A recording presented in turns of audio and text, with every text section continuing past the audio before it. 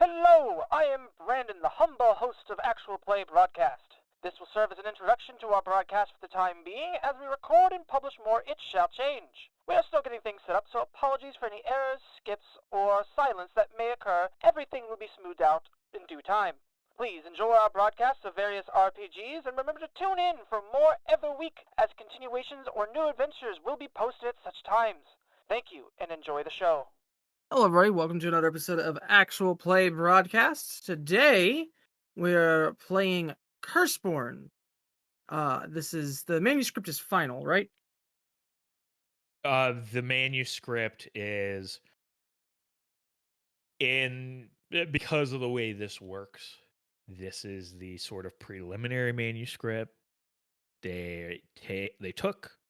By the time this comes out, probably, I don't know if they're going to still be taking feedback, but taking feedback, editing the manuscript, there will be a compiled, updated manuscript, and then I think that's it until the book comes out. Okay. So it's technically playable. It's not on backer kit yet. It will eventually become available, where even though you didn't back it on Kickstarter, you can throw some money at them to pre-order it. And when you do that, you will get access to the manuscript. So you can play it before the proper book comes out. If you are eager. Eager beavers. So, and this is Curseborne from Onyx Path Publishing. Something that you will likely see more of on the podcast. We are... Well, I'm not going to say we're all... Yeah, I'm not going to say we're all big fans of it, but primarily because some of us haven't played any of it. But what I have looked at and what I've touched is good fun. If you are familiar with the way that, White Wolf games play, you won't be too lost. Yep. But I will turn it over to Zemian here, as Zemian is the one running Curseborne today. And then we can go about introducing everyone. Yeah, so I'm going to avoid doing a bunch of changes. I've been picking over this since we've been getting chunks of the manuscript during the Kickstarter and digesting that information. I have some thoughts, perhaps even some feelings. Going to reserve those for the review, though, after we do our little short adventure here. I'm going to try not to change a ton of stuff, but Curseborne, by its very nature, is do what works for you on a lot of things. So, what you see is not necessarily explicitly what you're going to get out of the setting for your own games unless you want to emulate that. That said, we're doing this short little adventure. It's going to be a handful of settings. I'm not sure exactly how long it's going to run. I'm hoping at least 3 sessions. I think that really boils down to how the players approach things. It might go on for 5, but I think we're probably going to see 3 or 4 sessions, probably. A lot like Warhammer, where it could be 3, could be 5. Yeah, because this is largely going to be based off, because there's going to be a lot of investigation, as well as going around talking to people, stuff like that. So, if you do all the right things immediately, well, it is what it is, and it's a quick one. And like, it's technically not impossible for it to be done in 2 sessions, but I do find it highly unlikely. And if you're listening to this in the future, and you're like, "Oh, Curseborne, I love this. I've become addicted to the system. I want to hear what their first impressions were," and you see that there's 8 episodes of this, we may have fucked up. It's fine. Yeah, a little bit. Yeah, there's a chance we just ended up being bad at investigation and it takes forever. Yeah, that said, I do want to go into this with the understanding for people. This is a manuscript. None of us have had immense amount of times to study the game or anything. This is my first time running it. This is all of us first time engagement with this game. So there are going to be times where we're probably going to, let me go look at the rules real quick. So if you're looking for a super smooth, high production value, everybody knows exactly what they're doing, you're in the wrong place. This is our first time playing this game. Just heads up, get that out of the way. You are mistaken. It is what it is. Also, no one has like super extensive experience. The game is not made yet entirely. Yeah, it's not done. You cannot. It is actually illegal for you to get mad at us because it's not even a finished product. Mm-hmm.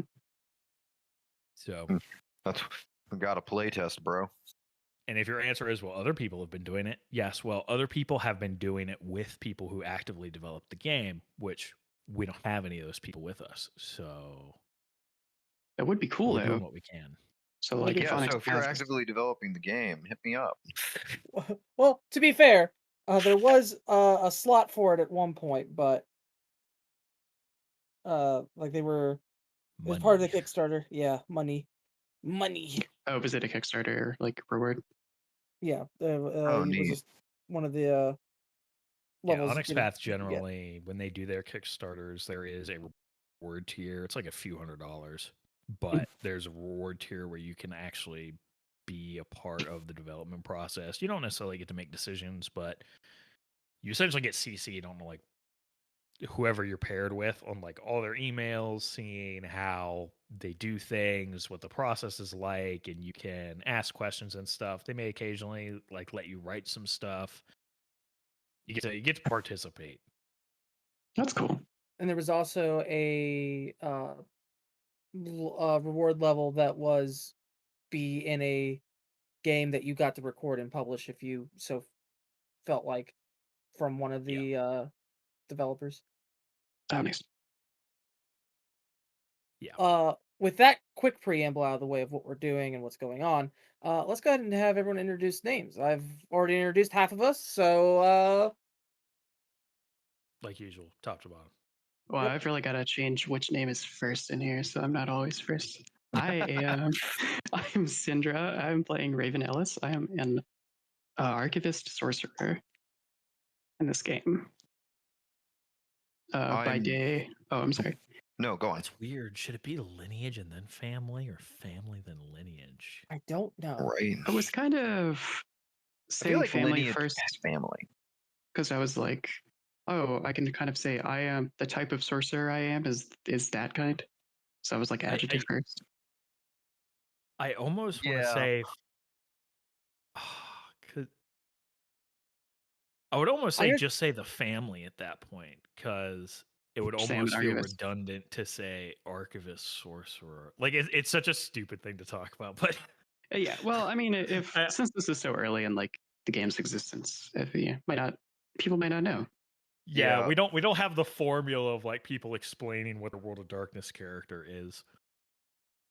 Where you have the very typical like, here's the handful of terms that describe my character. Mm-hmm. Yeah. So archivist sorcerer who in normal human life work as a set and prop designer at the Mind's Eye Theater in the city that we live in. Zemian hasn't told us the name of the city yet, so I don't know that. That's fine. I am Damiani. I'm going to be playing Dan Coleman, who is a Chimera outcast. I was born different. Just built incorrectly. And I run one of the local radio stations where unexplained events are covered. So you explain them? I explain them with slightly supernatural twists. It doesn't get me a lot of viewers, but it certainly normalizes the freaky. It does. Of course, I am Zemian running the game. And I didn't introduce my character. I am Brandon, playing Tyler Calloway, a Get of Lycan Primal. Like see that? Get of Lycan. Fake fan, clearly. I didn't even read the manuscript. I said Lycan. And still stuck in World of Darkness. Leica. It's not Lycan. Leica. Oh, did I just absolutely just fucking fill that in? You put the hard N in there. Wow. You're getting canceled on That's fine. whatever the fuck Twitter is calling itself. I prefer. I know the X is like an SH sound in German, so you know. So, Yeah, absolutely. I have a way of often heard pronouncing it. culture. Yeah. And I come from a family of monster hunters, and as far as I know, I don't have a home, so I live at a homeless camp. Not very good monster hunters, apparently.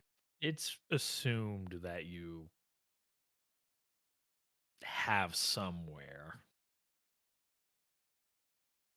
Unless Yeah, you're in just this saying, system, unless you're saying that because you don't have resources. I have no resources. as far as I could tell, the resources edge was like you have like more than normal amount of resources rather than like That's fair. you have any resources. Okay. So yeah, you can have a place, or if you want to stick with I don't have my own money, get a Leica. Chances are you can crash on a family member's couch. Well, since I have the loophole edge, I imagine that I'm act kind of as the warden of a lodge. You have the loophole edge. I need to look at this edge. Hang on. Yep. It's the little That's doorway actually- between our world and the other world. Yeah. Is a lodge like a home?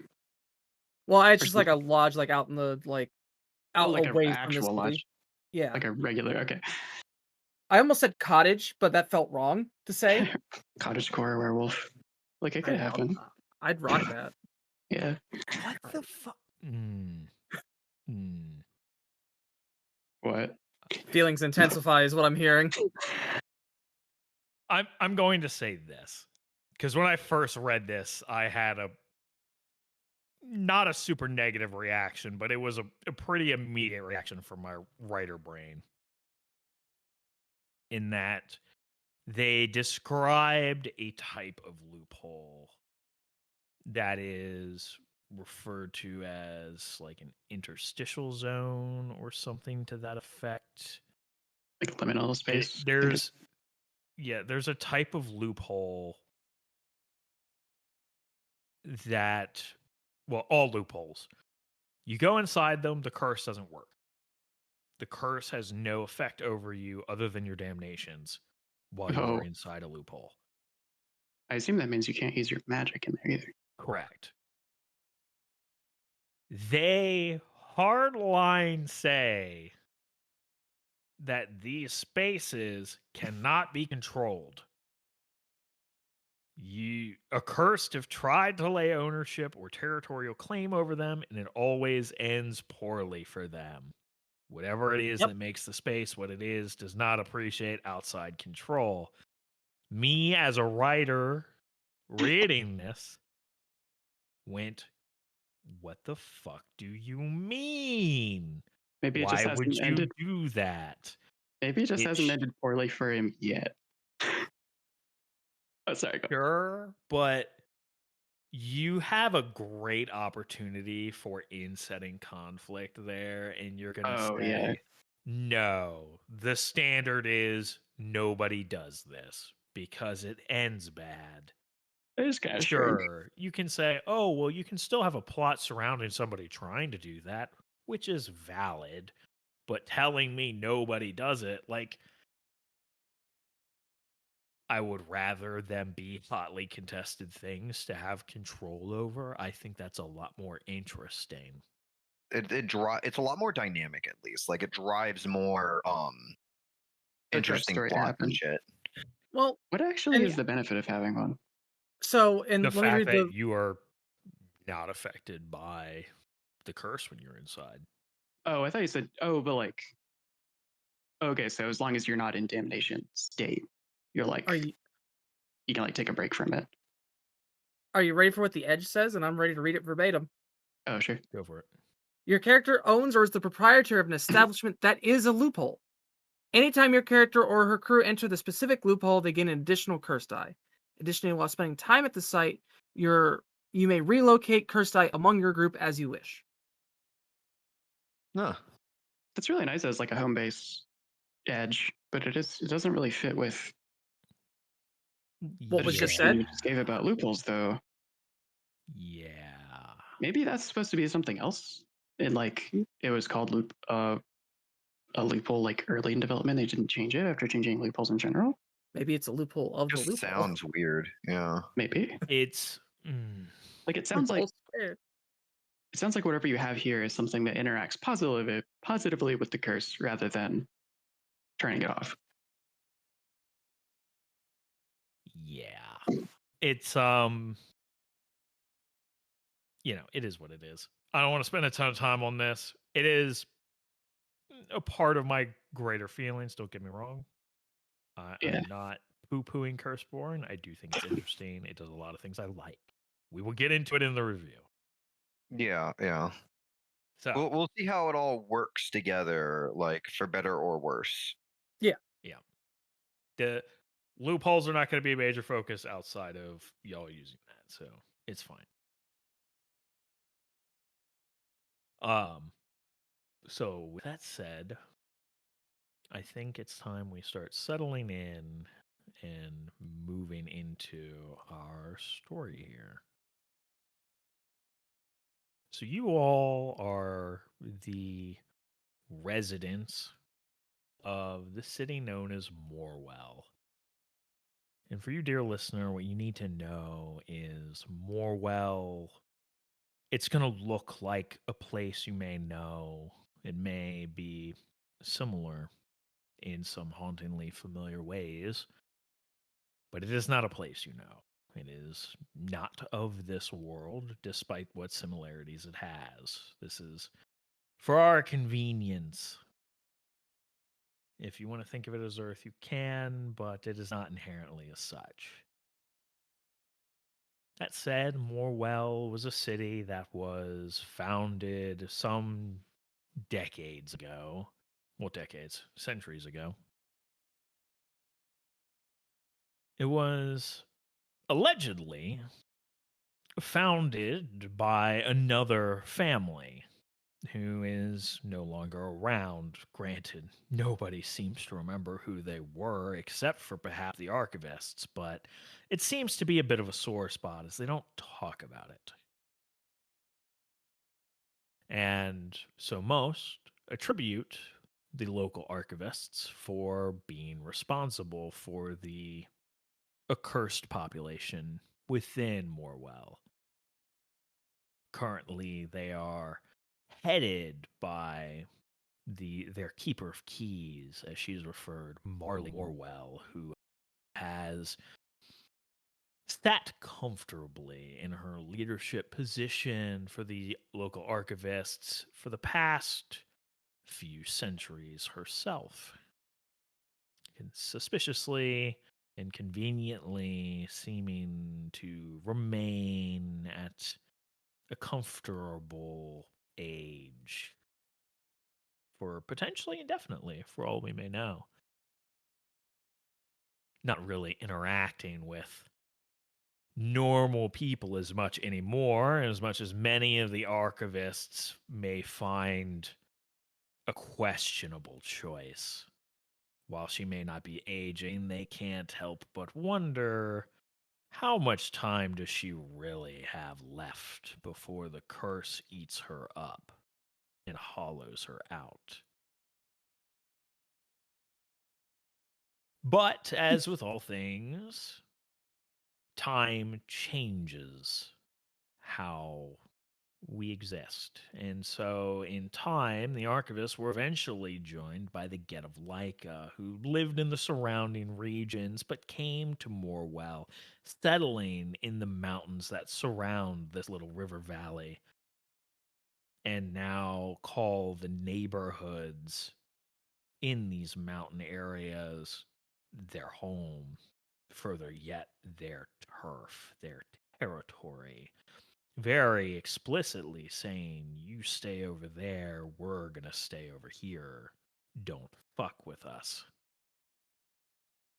Which the archivists were of the mind, very well, fair enough. You can stay over there, we'll stay over here. As long as we can cooperate when it's necessary, all's good. Well, there was also a point in time where there was the drama that at least the older archivists aren't really interested in talking about. Most that are around aren't old enough to even remember it, except for perhaps Marley herself. But allegedly, this is why the Chimera came into the city.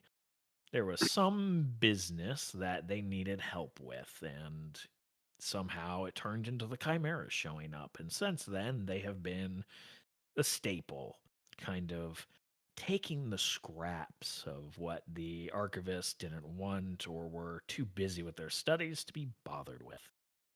And so now the Chimera are seemingly in most of the shadows of the city, digging up different things, trying to unravel secrets, gather understanding. And, well, mostly just trying to stay out of the sight of normal people who may scream in revulsion and terror at the sight of one of them, should they happen to get a little close. It has been a tense piece. They don't inherently want to war with each other. The accursed are largely wanting to get by. They all have their own problems, their own dramas, their own, as most would put it, shit to deal with. And starting beef with the other accursed in the area is not really on the top of their to-do list. But tensions happen. People don't get along, especially among the accursed. Somebody says something, somebody snubs their nose, somebody maybe even gets in a fight from time to time, and tensions spike. It's a cycle of irritation. And lately, tensions have been running a little high. News from a city not terribly far away has people on edge. The threat of Venators is always a little bit of a threat. These hunters that are potentially cursed in their own ways, looking for people like you, are a danger. It's why we don't just tell everybody magic is real, and so are werewolves, vampires, ghosts, and whatever the fuck else. And desperately, definitely do not want to tell people eldritch horrors from beyond the pale are real too. We don't want to cause a panic now, do we? So things have been tense. Any kind of slip up tends to bring especially the older families bearing down on the younger ones for making quote unquote stupid mistakes. Well, shit has gone sideways. Something has happened, and each and every one of you is getting called in. So we are going to start, once again, top from bottom. So, Brandon, or shall I say Tyler, you're a primal. Indeed. You are. What's your living situation like? Well, as I am the warden of one of the loopholes, I live in a cottage out in the middle of bumfuck nowhere and typically don't interact with people. So you're But definitely living in the mountains amongst mostly the people, but you know there's family around. Some literally, some figuratively. yeah, They may not be actual brothers and sisters, but definitely cousins, maybe an uncle, maybe a few aunts, and other further relations. The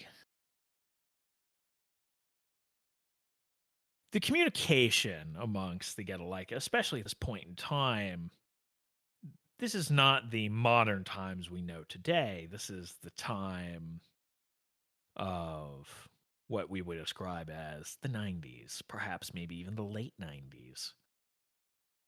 Cell phones are not necessarily entirely common amongst every person, but being a family member has some perks at least. You may not necessarily use it often, it's up to you, but you do have a phone at the very least where it's a landline. It's up to you if you have a cell phone. I'm not going to decide that for you, but you do have a landline. And the landline generally rings with telemarketer calls and such, but unfortunately, you are cursed to answer it every time it rings because it could be the family with a request. And, well, tonight is one of those nights where you are getting ready to head to bed more than like, or staying up late depending on your proclivities, and that phone begins obnoxiously ringing.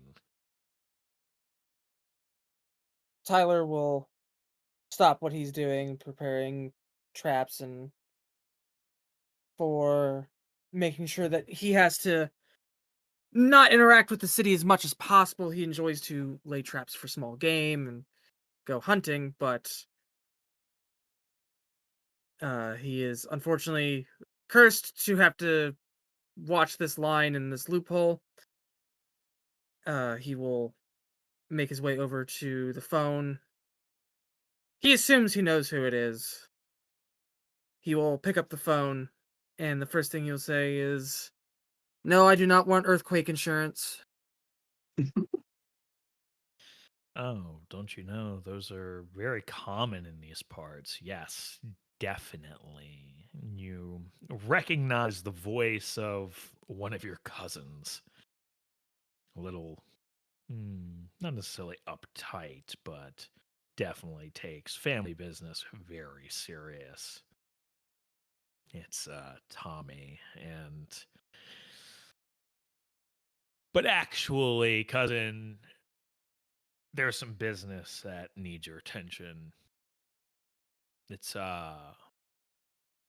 well, she wants to talk, and you instinctively know who he's talking about. Some might be inclined to give her some grandiose title like matriarch or leader or whatever, but you know he's talking about Bo Robbins. She's the oldest of the get that are around, the most experienced anyways. She's kind of the boss. She certainly does a lot of bossing people around. They don't always listen. Does bite them in the ass when they don't, though. Would it be fitting to call her quite literally the head bitch in charge? That depends on how you quantify bitch. And whether or not I want my teeth in my mouth or not. Also true. Just for clarification, Tommy being a cousin, last name Taylor still? No, different name. Okay. He's like thrice removed. It's easier to just call him cousin, though. No, that's With fair. the Getalaika, it pretty much boils down to cousin, brother, sister, uncle, aunt, parent. Like, no, that's even if that's you're fine. not even blood related, it's within the Get. It's pretty common. Even a non-blood relation may be referred to as a cousin because some do believe they all share a common ancestor. Gotcha. Bo wants to talk to me? Who's going to be watching my post?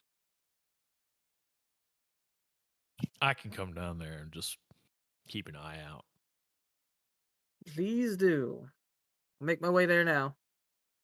Sure. He hangs up the phone, the eerie sound of the line going dead. I hate this fucking thing. Does Tyler have a vehicle?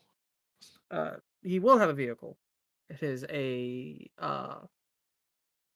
classic truck, classic pickup truck. Very well.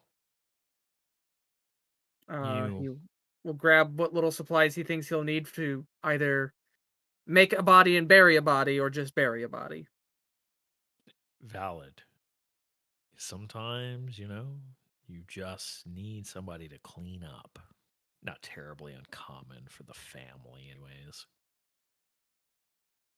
You load up the truck and start making your way through the dark, winding mountain roads. As most mountain roads, the common sight in the darkness is effectively a tunnel of trees that arch over the cracked and fading paint of the asphalt.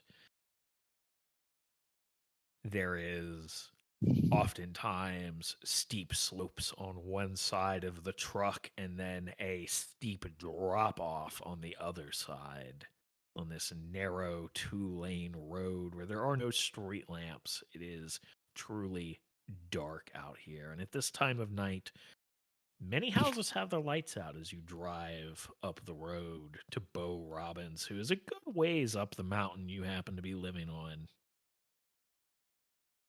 You make your way up there. You're pretty sure it's Tommy's piece of shit four-door that passes you on the way back to watch your place while you go.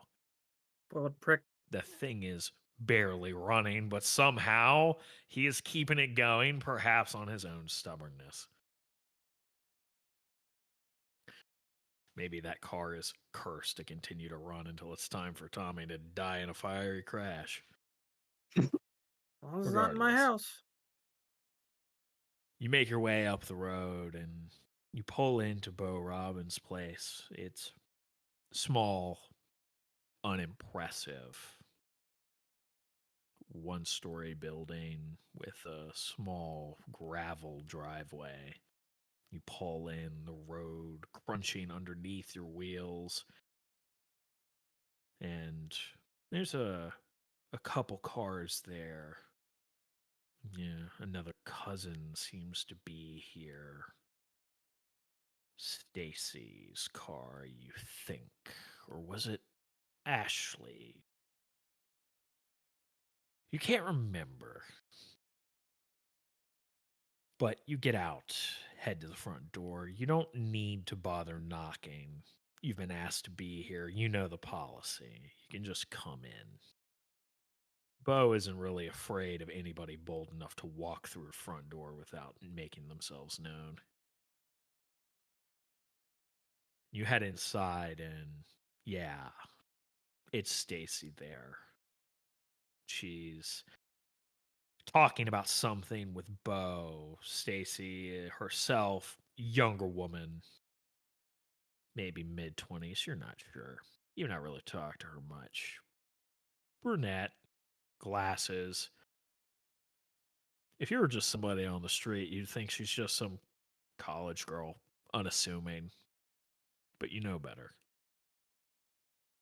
Bo is a woman in her late 40s, a few gray hairs. Similarly brunette, but she's got the signs of age, some of the creases and lines forming on the face.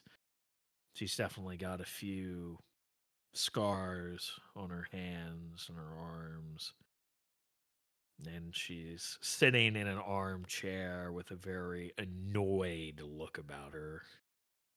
And she sees you, the conversation stops. Good. You're here, finally. I have something very important for you. Absolutely. What can I do for you, Bo? You've been pretty good about watching over that loophole, pretty good about doing what's asked to the letter. Some would say very scalpel-like performance, and that's what I need right now. That's what we need right now. There's a problem.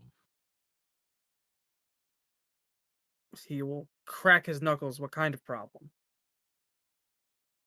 Stacy here, her sister has been unaccounted for longer than normal. Ashley's missing? No, not Ashley. I understand this can be a little confusing for you. No, her sister, Blair. She's...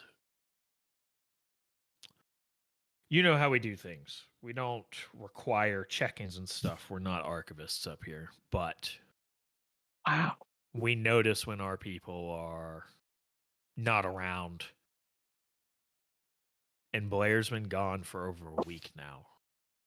With no word.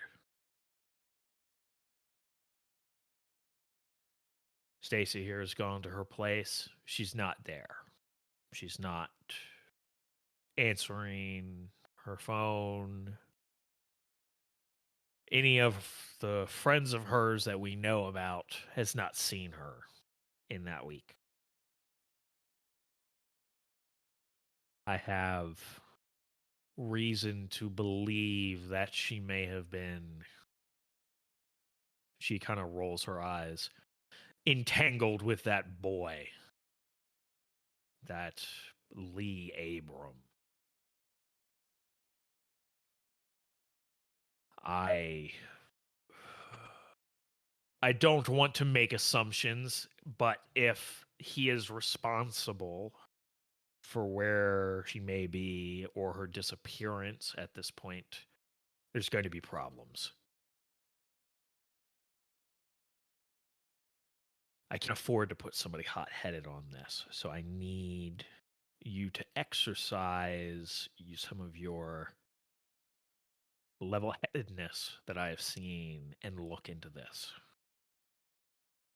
while I deal with the other leaders, she says as she rolls her eyes again. Am I going to have to... That's not a problem. I could start with her place. Do we know where this Lee Abrams is? Somewhere in the city. Oh. You will be getting paired with a representative from the archivists who should be able to reveal that information. Good. Because this Lee Abrams, if you don't know, is an archivist himself.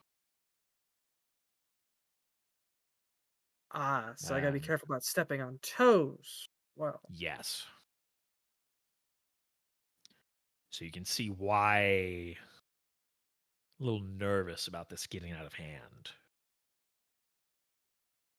Things have already been tense enough. The last thing we need is a reason to actually start ripping each other's throats out. I'm sure you understand. I understand all too well.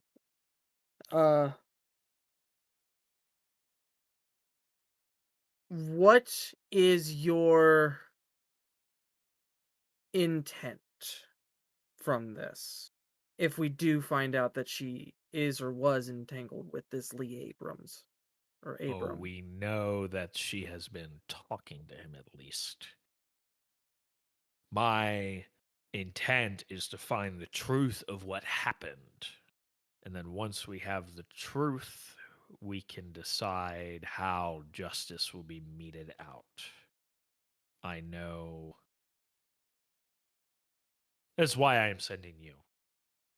I trust you will be able to exercise some restraint where others will not be able to. He will relax his shoulders and try to bring himself down. I can make sure of that. Just let me know where I need to meet this archivist representative. There is going to be 2 representatives you're going to meet with. This is the address, and she will hand you a piece of notepaper that she has written it down on. You will be heading there immediately to meet with the others. Understood. How do you want me to keep in contact? I don't have one of those. You have money, don't you? Use a payphone. Okay. I haven't been in the city in a bit. I don't know if everyone took up these newfangled cellular devices. Well, maybe get with the times then. But I'm not going to lecture you. You have work to do. Indeed. I will get to it before I have a pack of wolves running down these hills. Understood. I'll get to it. So you head out. We are going to pull away from this mountain house in the dark, pan over to the yellow lights of the city skyline, and zoom in to a unsuspecting library. The shelves, the tables, it's quiet, dark. We pass through a locked door into a sub-level basement where there is some distortion. Something is strange. Perhaps there is magic at work here, but down here there are more shelves, more books, but these are older and dustier. And we see Raven. Why don't you describe Raven for us? Yeah, so first off, we leave the dust on the books as part of the aesthetic. Raven is, let's see, kind of the. Oh, shit. Sorry, I just moved and cat almost fell off my lap, so I had to catch her. Kind of as you would imagine the stereotype of the average goth, given the time, especially someone who actually doesn't get much sun. Paler complexion, hair kept straightened and dark, some purple highlights here and there. At the moment, wearing a longer A-line skirt, though with some slits going up the sides to about knee height, just so that there is some range of motion. Cropped leather jacket and a somewhat meshy top underneath.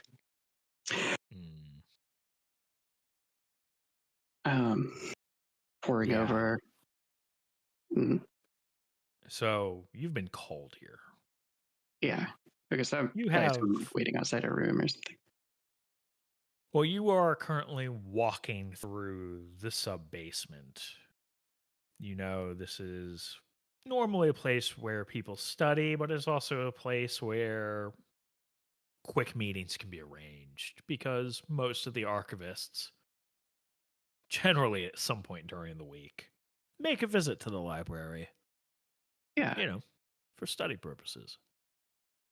And sometimes to socialize with other archivists. However, being an archivist, things are far more structured than that of the fellow accursed in the city. After all, your family runs this bitch, as some people would put it. Yeah. But you're not... Your family is not insufferably untight about it, though a few can be a little more snobby for sure. However, you, by nature, are required to carry a pager. So that, should something be going on, you can be called in to assist, especially if there's a ritual that requires additional assistance or what have you. Yes. It typically is a silent device. It very rarely chimes or buzzes or whatever the finagled thing does. It rarely annoys you, as you're rarely called upon. However, tonight was different. Tonight you were getting cozy after dinner, and This obnoxious little thing demanded your attention, and now you're here. And you are making your way to a table where there is seated the one and only Keeper of Keys, Marley Morwell, dressed in a nice suit, checking her watch. She is permanently locked, as far as you know, in an early 60s. There are definitely signs of age, but despite it, she remains spry and mobile, dignified. Her silvery hair, which was allegedly once platinum blonde, has dulled a bit with the years, and she looks at you with this piercing gaze. It's not personal. You're pretty sure she just looks like that all the time. That makes sense. It would have been nice if you could have been here a few minutes faster, but oh well. We'll make do. There is some very pressing business. I need somebody who can be discreet. I can certainly do that. Which is why you're here. Because I know as much as your, shall I say, fellow students love to chatter on endlessly, you are definitely one of the quieter ones. So if I say keep quiet, I know you will. I just nod. It seems Lee has gotten himself into some trouble. Oh, I don't know what is going on. From what I understand, he has gone off with some get. I don't know the details, and frankly, I don't want to, but now it's becoming a problem because the girl has gone missing, and we have not been able to get a hold of Lee to confirm the accusations. So, we're putting together a crew. You're going to meet with your other assigned crew members.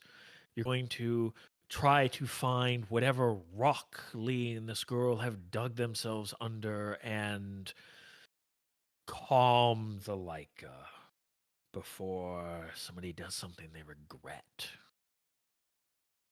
so interfamily drama Yes, is, because things just can't be simple. of course. Remind me, as I've generally stayed away from relationships in general, are such relations is normally frowned upon, or are the Leica just upset because one of their people disappeared? It is definitely more of the latter. However, I generally discourage such entanglements because they can create these kinds of problems, especially in regards to the get of Leica. Quick That makes to sense. anger and often irrational as they are. And so we find ourselves here. Yes. Do we have any? Go ahead. Do we have any leads on where they may have disappeared to? I have no clue. Wonderful. Lee's apartment is downtown, this side of the river. I would recommend starting there. I can't imagine him as somebody to just up and leave town. So if he's not there, I would think one of his friends or perhaps some kind of clue exists there. I'm not sure. I do not have time to look into this myself. But I have his address here. I am presuming you have not been there, so there's that. You will slide a neatly folded slip of paper across the table. I have not, but I can read a map as well as any other.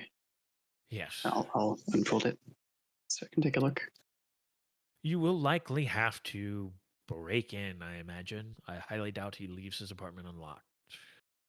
If, for whatever reason, police get involved, I trust you to not cause a scene, but obviously I cannot extend those expectations for your crewmates.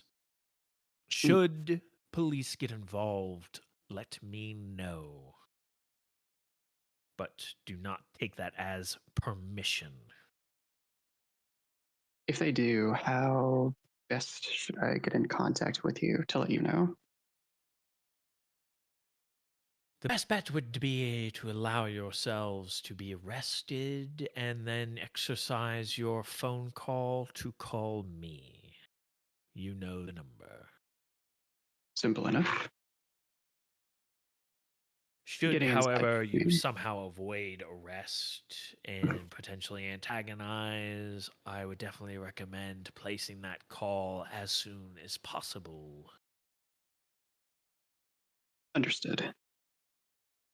Getting inside should be no problem at all. If he has an alarm system that triggers automatically, that may be an issue, but if not, I find that they shouldn't get involved. unlikely. You're more likely to find some kind of spell set to trip. In that case, police won't be a problem, Yes. depending on how But- nosy his neighbors are, I suppose.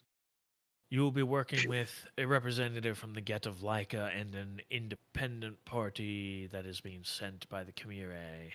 So, of course, you are moving with our countenance in this group. So be a good representative and do not antagonize. Of course. Any further questions? Mhm. None at this moment. Very well. Inside on that piece of paper is the set location for you all to meet alongside the address. Perfect. You're expected to be meeting as soon as possible, so assuming you have nothing pressing, this is your priority. Understood. I'll go there right away. Fantastic. So you turn and begin making your way there. We're going to cut to another part of the city. Similarly, our Dan Coleman has been called forth from his own home tonight via a messenger who came knocking. And he is now winding his way through some definitely not suspicious alleyways into a basement doorway.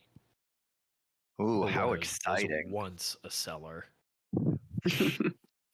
Which also has a hole through its floor, which goes into a dug out tunnel system with some side passages, some signs with symbols that you would know, but any unwanted guest would not understand.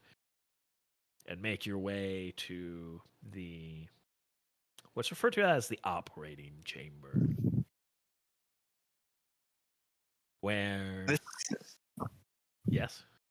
I was just gonna say, this is so fun. Yes.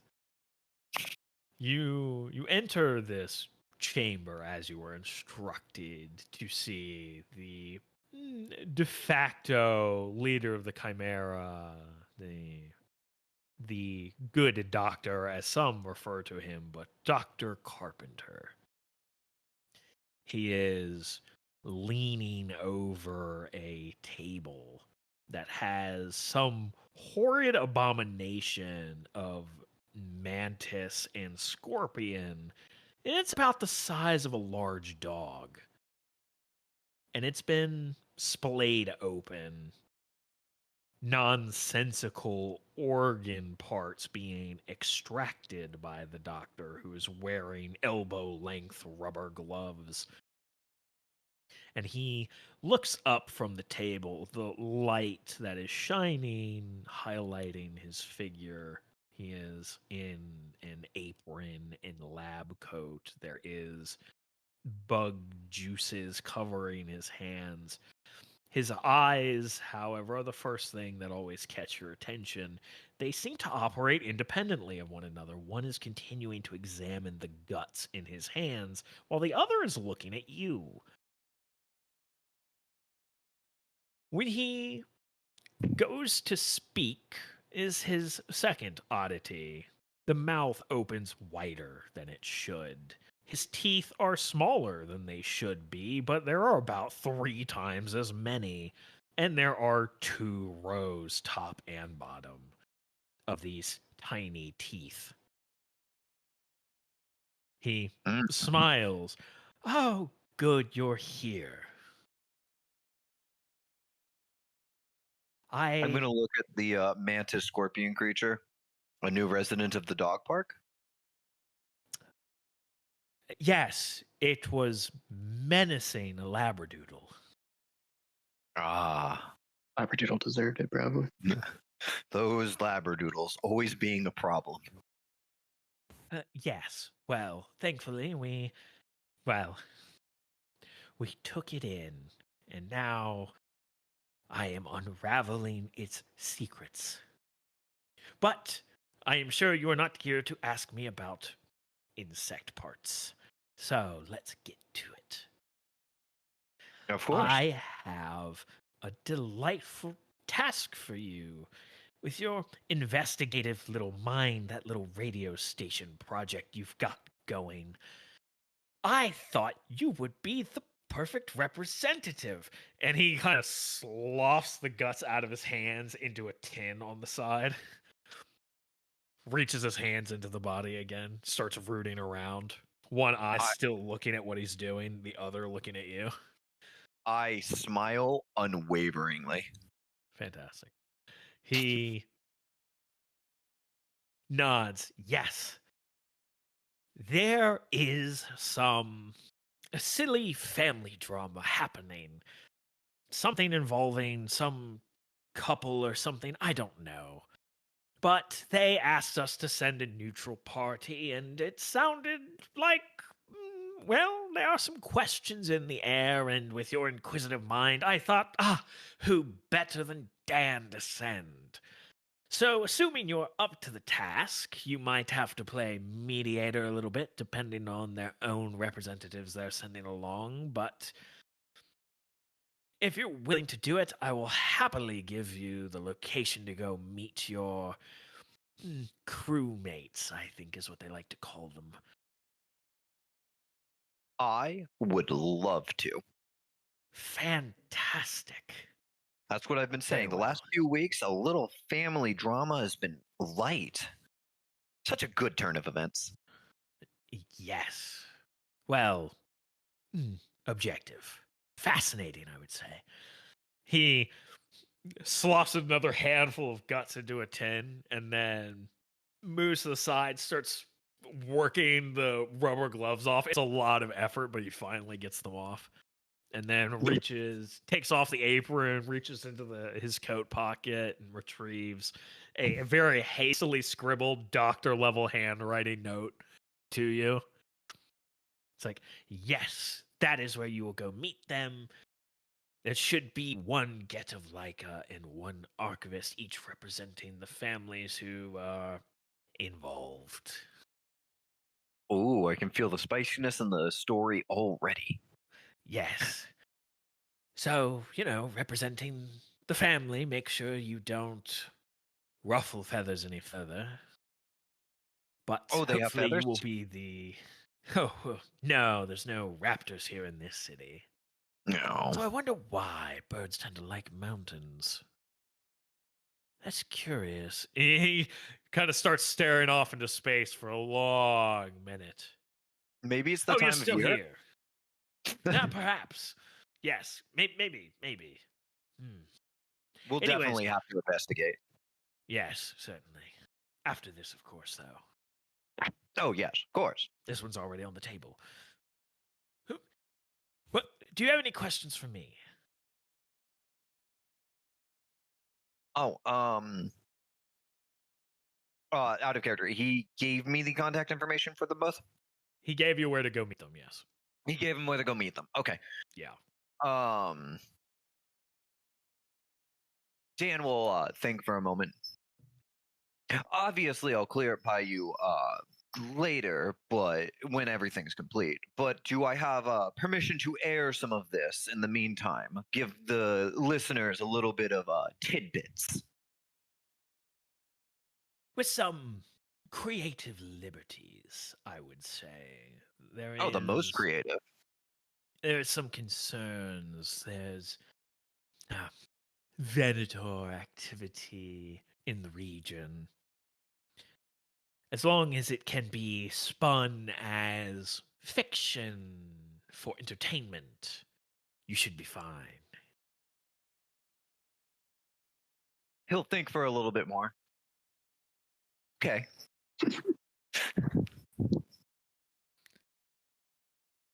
All right, well, I need to get back to work, so he kind of... Of course, and the story will not write itself. So you head out.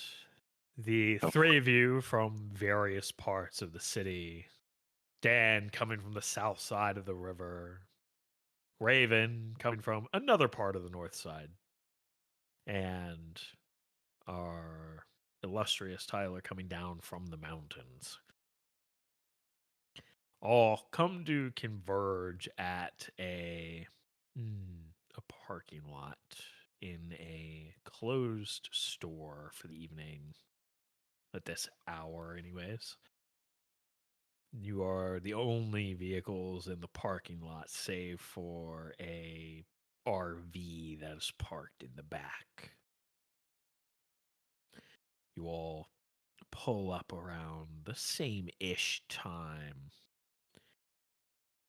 None of you have to wait terribly long. I think it's safe to say Tyler's probably the last to arrive. The two of you are parked there, waiting. And then finally the third vehicle comes, and then you all get out. When I get out, I extend a black umbrella over myself to give myself some shade as I approach. It is nighttime, but in that case, I don't do that. The aesthetic. Oh, in that case, I just have it with me. It stays folded. I thought it was daytime. Yeah, about this time, I'm gonna say it's probably ballpark around 11 o'clock at night. Oh, okay. Yeah. I guess I should have assumed it was nighttime, considering the genre we're playing. Yeah. Just starting at night felt appropriate. Yeah. Fair. It's the best time for clandestine meetings. It is. Yeah. Always is. As I'm always telling the listeners, the witching hour is really between 11:45 and 12:30. Maybe for me, it's kind of whenever I feel like, to be honest. Tyler will pull up and we're the only vehicles there realistically, and so Tyler. Yeah, other than the RV, it's an empty parking lot. It's a closed grocery store essentially. Like closed? Do you mean like it's closed for the night, or it's been closed for a long time? Night? Oh, okay. Does that RV look like it's been there for like a long ass time? Like the owner probably has it, or not really. Like it's probably just parked there for the night, more than likely. Makes sense. Tyler will be leaning against the hood of his truck, smoking a cigarette. Dan will walk on over. Since I had gotten to in the cave, Dan is about 5'11", with brown, almost black hair and a small stubble on his face. If you could put a picture in the dictionary next to nondescript man, it would be him. However, he is still wearing shaded sunglasses, despite how dark it is. Are you just like the default character creator guy? Right now, I am. Yeah. Default Nice thing me. about what was that? The default me character from Wii. Yeah. Oh yeah. Nice thing about these longer skirts, they do flow pretty well when you walk with enough speed. Along with the rest of the stuff described before, kind of torn leggings underneath and chunky combat boots, and the aforementioned umbrella held in one hand. Just full 90s goth. Yes. Tyler will be wearing a what time of year is it? It is like beginning of winter. You're expecting first snow probably any day now. Tyler will be in a Carhartt jacket, wearing working boots and blue jeans. He has short, maintained like brown hair, bit of a stubble.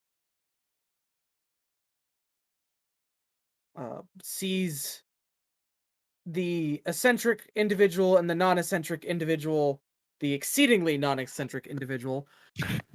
Suspiciously non-eccentric. Yeah, eccentrically non-eccentric. Yeah. And he will politely put out his cigarette as they approach. After one long puff. Well, based on my information, it looks like all of us are here. Indeed. It's nice to meet you. And he will stick out his right hand to each of you. And by that, I mean he is simultaneously sticking out right hands to each of you. What, does your arm like split when you do it or something? No. He just has two right arms at this very moment. Oh, cool. Kind of Tyler. Like a mental. Yeah, go ahead. Oh no, go ahead. Tyler will look at the hand, look at the other hand, look at you with a just incredulous really. He looks at his hand and then back to Tyler. Sorry, do you not do handshakes? I apologize. I didn't mean to offend. Most folks don't do two right hands. Well, it seemed like the best way to handshake you both. Sure, yeah. Well, sure. Shake one of the hands. Shake the other. Raven. And if the respective demeanors didn't tell me before, now I know which one of you is which. Oh, the demeanor didn't reveal. That most certainly did. Yeah, when the handshake finishes, he has regular arms again. His other right is now left again. Tyler will look sad at his now put out cigarette. And look back to them. Well, we have a job to do. I'm looking for my representative who was last seen with a Lee Abram. I expect that you are familiar with this individual. I am. I have his address. No guarantees he's there, but it's a good place to start regardless. Not at all. Isn't that exciting? Yeah, exciting. Oh, yeah. Dan looks way too happy to be here. No. You're keep doing you. Hey, I will not be the one to crush your spirit. I will be. This is Brandon saying that.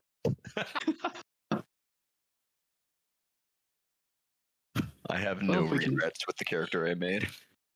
Well, we can go in one vehicle or three, or in anything in between, I suppose. I don't think this place tows. So. No. Oh, that is nice. Actually, I think I have a thing for that. I can just ask, does this place tow? No. Oh, okay. This place doesn't tow. Oh, then it would be easier to find parking with just one vehicle. Yeah. Well, this is a 2-seater, so it's not mine. Mine should Mine's fit all just of a us. Dan if you'd like to take it. Unless one of you want to ride in the truck bed. Not really. He gives a slight shrug. We'll take someone else's car. Maybe yours is best, Dan. My back seat has a lot of supplies in it. Okay. Are you gonna need your supplies? Oh no, that's for my day job. Ah, gotcha. What does Dan drive? What does Dan drive? Well, let me grab some of it actually, and on the way to it, I'll grab a sketch pad and a pencil. One moment. Kittens are assailing me. They want my chips. Sail.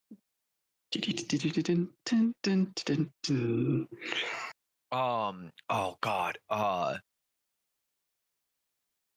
He drives. Oh God, damn it! I had this. It was a Nissan of some sort.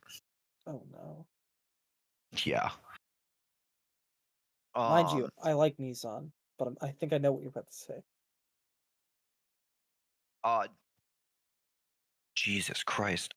I'm just fucking. I even cited it and I did not remember it. I mean, we can narrow it down if it's. Yeah. I'm gonna just say I understand that it might be. No, fuck it. I'm not gonna justify myself. It is a Nissan 300ZX. Nice. Wait, is that Fair a Lady sedan? Z? Yes. Am I thinking of a different car? It's an older Nissan sports car. Yeah. Yeah. It Oh, I was does. thinking of like the 350Z. I think it's a different one. I didn't know these came in sedan sizes or styles.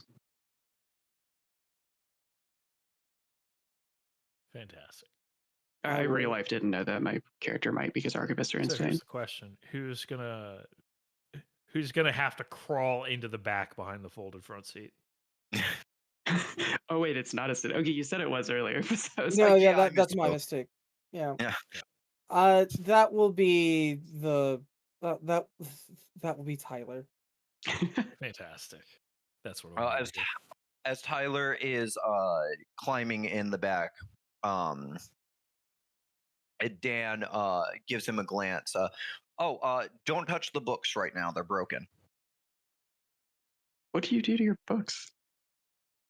You know what? I'm not gonna ask. Okay. Nothing. I won't haven't touch fixed them. them. I haven't fixed them yet. I haven't had the time. I've been so busy. Huh. What's wrong with them? Oh, they're broken. Can I smoke in your car? Sure, I do. Cool. And I can tell. that's when, once they're all in the car, he will finally pull off the shades, and you will see that instead of eyes, he has two burning flames in his sockets. I see. Tyler preemptively takes out a second cigarette. Wait, so you have another one at the ready in the chamber, or like you're doing the thing where you smoke two at once? He hasn't decided yet. I love how done Tyler is already. We have just started. So, you all hit the road, traveling down the not super busy, but the night trafficked streets, making your way to the apartment complex that Lee Abram calls home.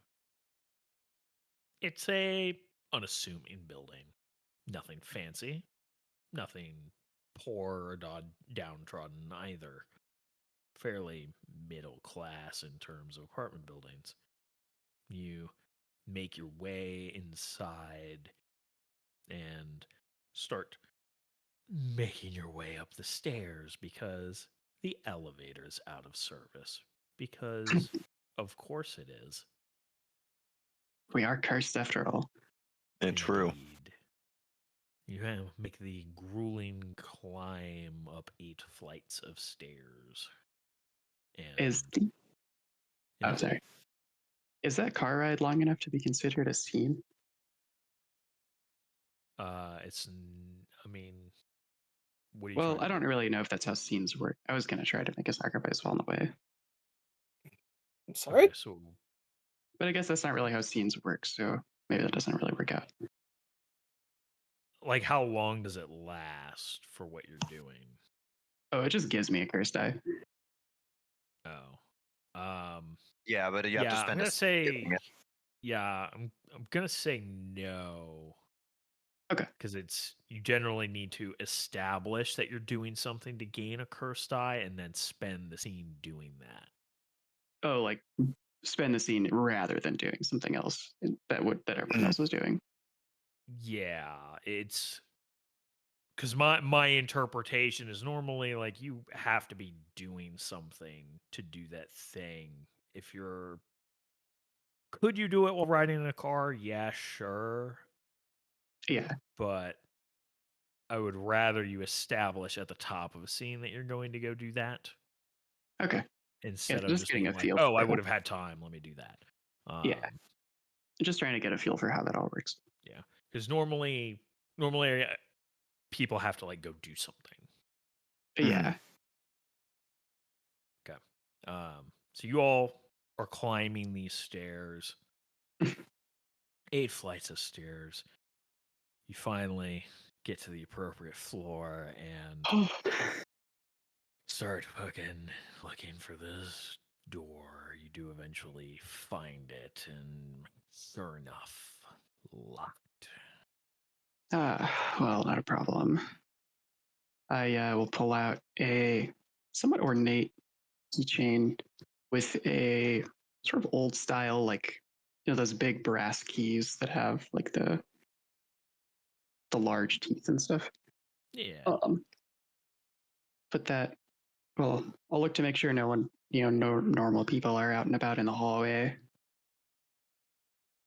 And put the end of the key up against the lock, and as I push it forward, it will meld into a shape that fits it for turning it and taking us, or opening up the door.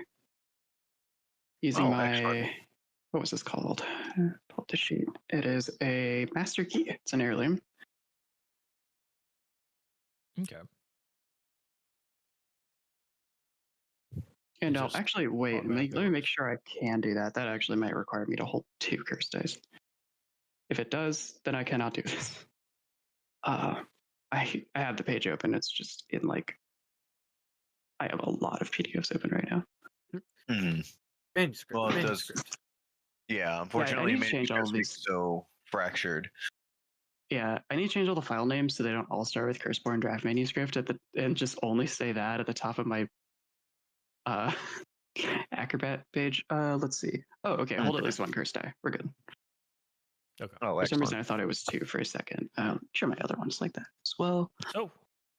Yeah, okay. It's only 1 for both of them. You go ahead and you miraculously unlock the door. You turn the key and you hear the bolt unlock, and you are able to open the door. Perfect. Amazing.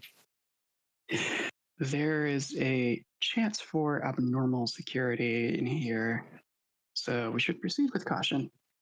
Now I'll put my key away again in my small crossbody bag. And just... Did you confirm that he wasn't home? Could we have knocked? I guess that would have been polite. I'll knock. There's no response. I don't think he's home. Okay. I'll just open up the door and swing it inward without stepping in quite yet. I want to get a look first. Yeah, you open the door and peering in, it looks like, well, dark. Flipping on a light, it's pretty unassuming. There's an initial hallway, closet, bathroom, doorway into what looks like the living room. You all shuffle in and you see there's a kitchen, living room, another hall that branches down into a pair of bedrooms. The place is rather unassuming, perhaps a little messy. Could definitely use a little tidying up at least. It's not a trash heap or anything. Yeah. But it's very mundane. There's a big TV sitting on a TV stand hooked up to a VCR. There's a shelf of VHS tapes.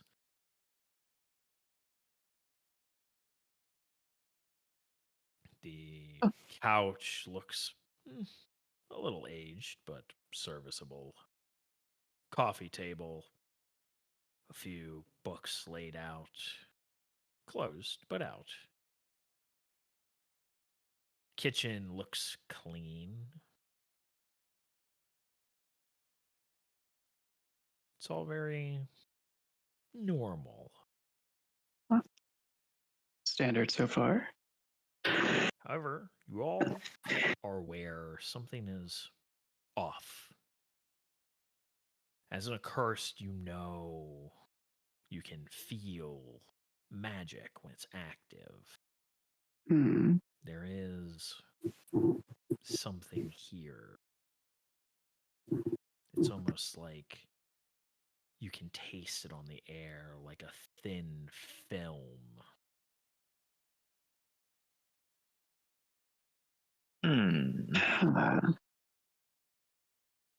You feel that too, right?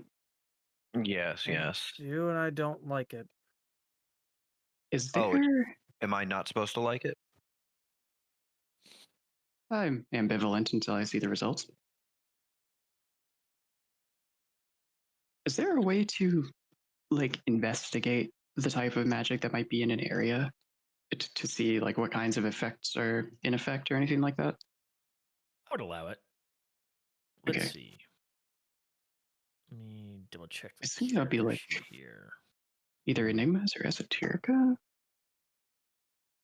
I need to double check the difference between those two. Oh well, no, Enigmas would be I think solving Esoterica is puzzles, like so just I the will outright say, arcane.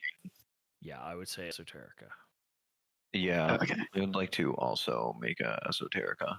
And I'm going to say it's probably going to be a mental attribute between either cunning or intellect. Those Okay. are the same for me. Kind of on the spot, so I think cutting makes sense, and it is my better pool anyway. So I'll assume a meditative posture and just open myself to the magic and the curse that surrounds us. With a deep breath, try to As a reminder, we are choose using myself. As a reminder, we're using the Realm of Darkness story path bot. Okay. You do need to tell it everything. So remember, you gotta give it your pool, whatever enhancements you have. It defaults to difficulty 8, so you should be fine there. Yeah, I think. Or sorry, no, difficulty you want to set to.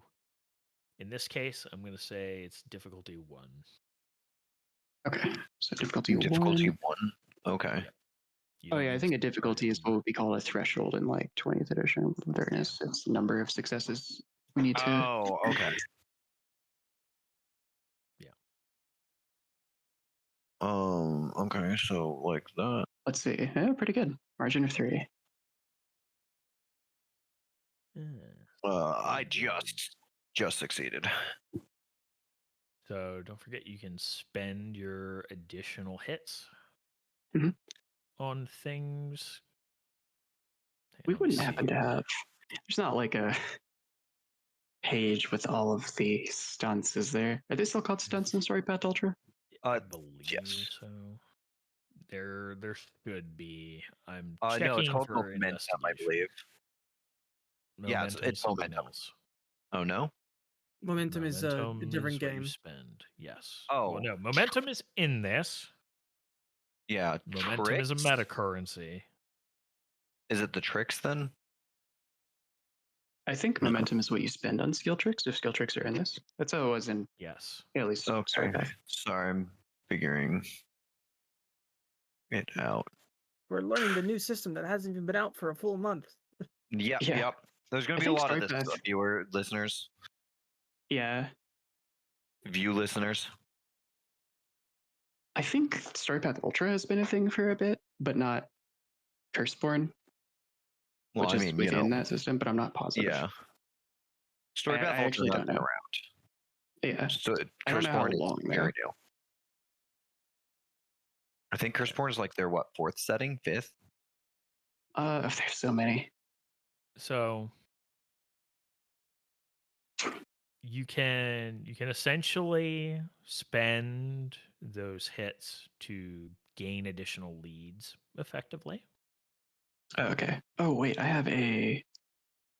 I have an edge for this. I need to look it up because this I think it's under well read because the sheet does not have a lot of space. To find what you can generally spend things on, it'll be like page 27 of the PDF, but it's under spend extra hits for step 5 under the core mechanic. You can generally spend 2 hits to assist somebody, where you allow them to overcome the difficulty of the same action without any additional hits. You can bolster somebody spending 1 to 3 hits, where you add a number of momentum to the pool equal to the number of hits spent on the trick. Okay. Which I'm going to say, I'm pretty sure it's 1 momentum per player that you start with. So there's 3 momentum currently in the pool. Yeah. Does that have a cap, or is it just however much we end up with? I think the cap is 10. I could be wrong, but I think Okay. that's the cap. Okay. If you're going above 10, you really need to be spending. Yeah, like we're clearly not using it if that's happening. I'm gonna. You can also do the complicate trick for 1 to 3 hits, where you can add a complication for the target of your action. 1 hit creates a minor, 2 a moderate, and 3 a major, obviously. Yeah, You can also do shockwave, which is 2 hits. You may apply the effect of your action onto another target. If the difficulty to apply that action to your new target is higher than the original, you must spend additional hits to make up the difference. Is there a singular page where all of this is? Yes. Yes, like I said, 27 of Page- the PDF. Yep. Yeah. 27 of the. Is where it starts. That said, Here we the go. ones that are going to be most applicable here is bolster and getting additional leads on a 1-for-1. Yeah. I mean, all bolster would basically. Okay, that's the momentum one. We're good on momentum right now, so I think I'll just go for additional leads with all 3. Okay, so you're going to get 3 leads. Okay. Yeah. Damiani, I read. I'm assuming you're just taking your 1 lead. Yeah. Okay. So both of you, for the first lead, you know this is a type of an illusion that has been weaved here. This apartment's being disguised to look different than what it actually is. Ah.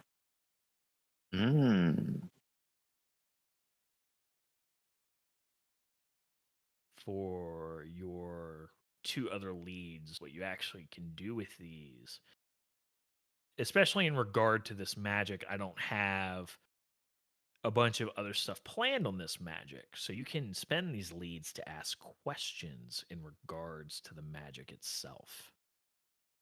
Okay.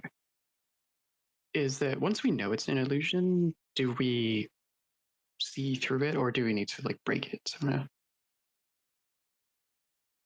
I would say that you can essentially roll Esoterica to dispel it. Okay. So I don't need to, because you're ask if, like, aware of it now, so you can kind of just take a moment to dismiss it. yeah. I suppose one of my questions will be then: will there be any consequences to doing that, other than it going away? No. Other than the fact that if you dismiss it, it is gone, and anybody who walks in here it won't be there anymore.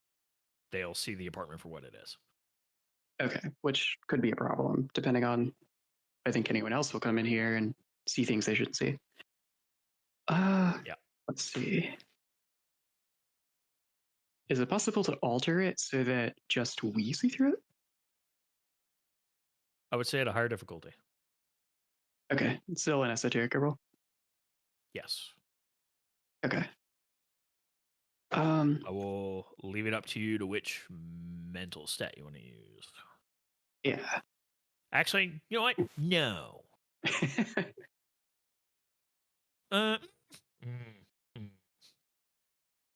Trying to stretch my legs here a little bit with how the system can be used, because you can mix and match attributes and skills in some interesting ways. Yeah.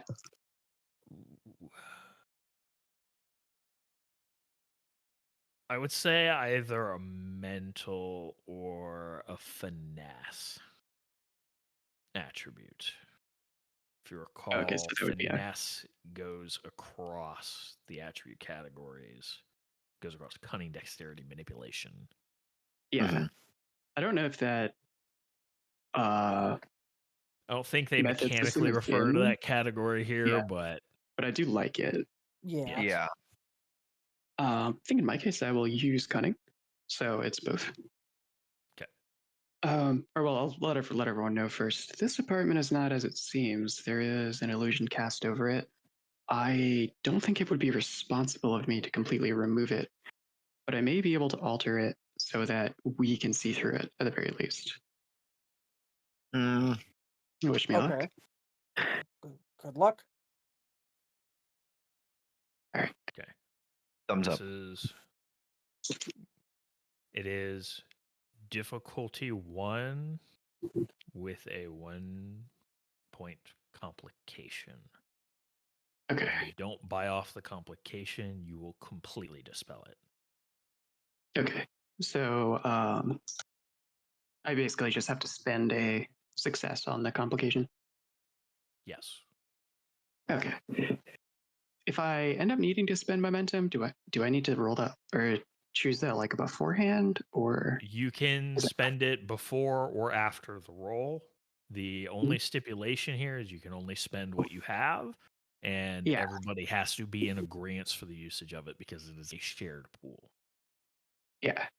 I mean, if you want a point or two, I think that's fine. Yeah. Well, if I'm able to spend it after the roll, then I might as well roll first and see. Fair. Yeah, that's technically the optimized way to do it, is to roll first and then spend it. Some people do like the dramatic of, I'm going to add a 3 momentum because I want to roll more dice. Yes. That's fair. I thought it gave enhancement. Yeah. Does it give spend dice? Well, spend 1 to 3. Change that. Yeah. Page 29. So spend 1 to 3 momentum, add an enhancement hit to an action on any 1-for-1 basis. Oh, it's just add enhancement. That's cringe. But okay. You know what? I could see it being a spend before for a die, spend after for an enhancement. Where an enhancement is a guaranteed success, but you have to have already succeeded for it to be relevant. But if you get a die beforehand, it's not a guaranteed extra success, but it might be. Well, the thing is, you can also spend 2 momentum to change a failure into a success. Oh. Yeah. Well, for now, I'm going to roll the dice and see how it goes. Margin of 2, so I'm good. I'll buy off the complication and. Cool. So yeah, I don't really know what to do with that other stunt. I think I guess I can use it to bolster and add a momentum to the pool. Yep. Excellent. So you go up to momentum 4. Yeah, I will put that in. Thanks. So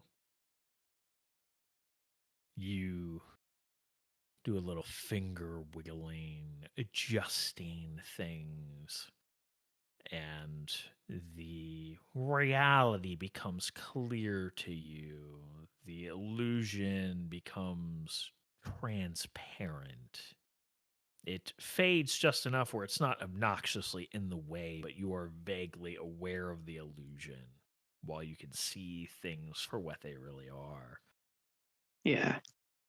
The apartment doesn't dramatically change, but you notice what were casual novels on the coffee table. There are proper books, several spread open to various pages.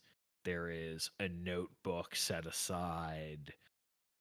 The countertop in the kitchen has a few pieces of paper and such. Although the place is still clean, is also a extra shelf that wasn't there before by the VHS shelf, but it is filled with more books and various implements, ritual daggers, and other similar accoutrements appropriate to a sorcerer. Okay, the sacrifice can be whatever you want, so you might as well make the ritual fun. You're aware Lee is not exactly somebody who is against, shall we say, shedding a little of his own blood here and there. It's a wonder he's kept it as clean as he has then. He must be very dedicated. Yeah. Dedicated to something. So before I do what I was going to do, has Damier got answers to his? He only had the one to acknowledge that it's an illusion. Gotcha. Yeah, I saw that it was an illusion. I am going to use my lineage ability. Okay. I'm going to bleed a curse die. So at the moment, you have one, right? Yes. I wasn't sure if you wanted, since I was watching the loophole, didn't know if we wanted to give me one. I'm fine with bleeding the one. Oh, if you are starting in the loophole, I can say you can start with 2. Okay. So, I'm gonna bleed the one. For primal sense. Constantly switch to danger for prey and whatnot. Here be monsters. I am the monster, and this is my territory. What is the greatest threat here? Now, mind you, this is relative to me, so it wouldn't be to anyone else. Other than your other crew members, you are not sensing any threats. Okay. Tyler will notably relax and go about. Do I have to worry about touching his stuff? Am I not supposed to? I mean, he's not here and we're looking for him, so we kind of need to touch his stuff. I'm sure he'll forgive us. Just try not to break anything. Maybe leave the implements alone, but I'm sure he'll understand. I see. Maybe also, don't completely toss his apartment, of course. Mm-hmm. Right. I'm gonna start with taking a front door shut, right? Yeah, yes. As we actually step across the threshold, I'll close it and lock it again behind us. Mm-hmm. Dan will sort of beeline to one of the open books and start perusing the page that it's on. If there are books that are specifically archivist things, I might be actually maybe let's not. Some of them certainly do look archivist related, some not so much. Oh, I'll actually there is a certain amount I might get in trouble for letting others read. Let me see what these are at least. And I'll look over with you. Tyler heads for the bedroom. Okay. That is, in fact, where the magic happens. Let's go ahead and do some investigation-related rolls. Yeah. So we're going to do... You guys are looking at the books. Mm-hmm. I think... Let's see.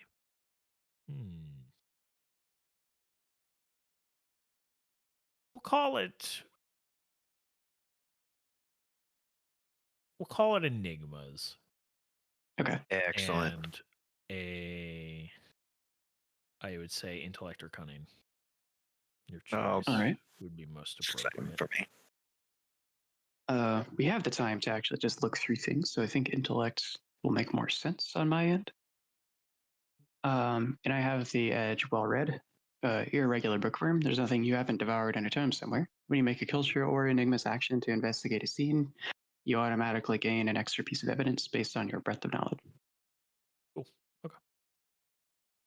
And what's the difficulty? It's just this is technically an investigation, so it's difficulty 0. Okay. You're rolling this to see how many hits you get for how many leads you get. Got it. Or, spend extra hits on other stuff and all that fun stuff. For Brandon, for your investigation roll, let's call it. I keep rolling like trash.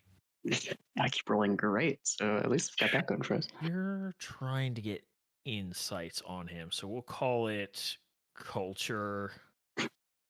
Oh no. And I'll say all things considered, any mental stat of your choice. I'll go with cunning. Okay. That is a P, not an O. And then we're always looking for 7, right? For the target? 8. It defaults target 8 for this roll. Yeah. Okay. So 5. And just normal difficulty? It's technically difficulty 0. If it won't take 0, you can just put 1. Okay. I put 0 in there and it worked fine. I'm not sure if it will default to 0 if you don't actually put one in. I haven't tried it yet, but it might. You know what? Why don't we? Ouch. Brandon botched. So Brandon did botch. You have a choice. It defaults to 1. You can actually. I'm gonna double check this because there wasn't technically a complication. Yeah. So.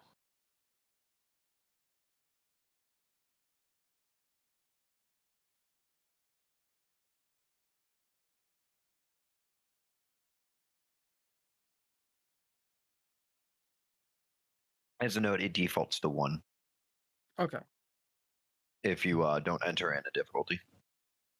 Good to know.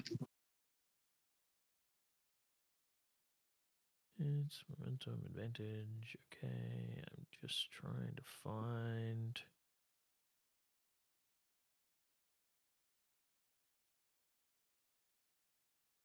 I know I saw it earlier. Where did I see it? Roll results?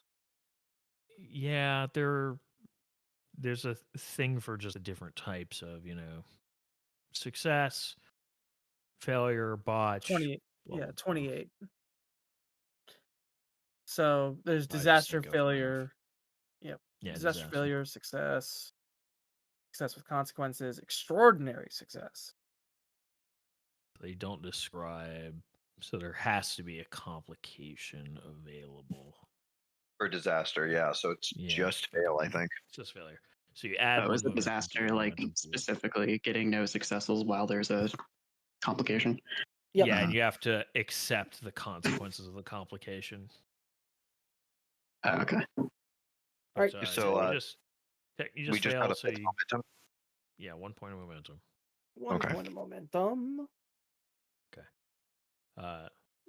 Thindra, how many successes or how many hits did you have? 5, plus the extra information from my edge. Cool. And I only had 1. All right. So for your 1, you're both aware that some of these books are definitely archivist related sorcery tomes. Very dense magic reading. Some of them are not, however. You have your additional hits that you can spend on questions, Raven. Yeah. Since I rolled that many more successes, I'm going to use my very fast and practice reading skills to kind of specifically as I'm going through pull the arborist based ones over to myself to read, trying to be kind of subtle about it to make sure that I I'm not like letting someone get stuff they're not supposed to. Understandable. And do my best to finish going through something, and so I can grab the next one and just do more of that. Okay. So based on what we're seeing, what did it seem like Lee was working on lately? Well, it looks like some of it was illusion related. Some of it seems to be biology related.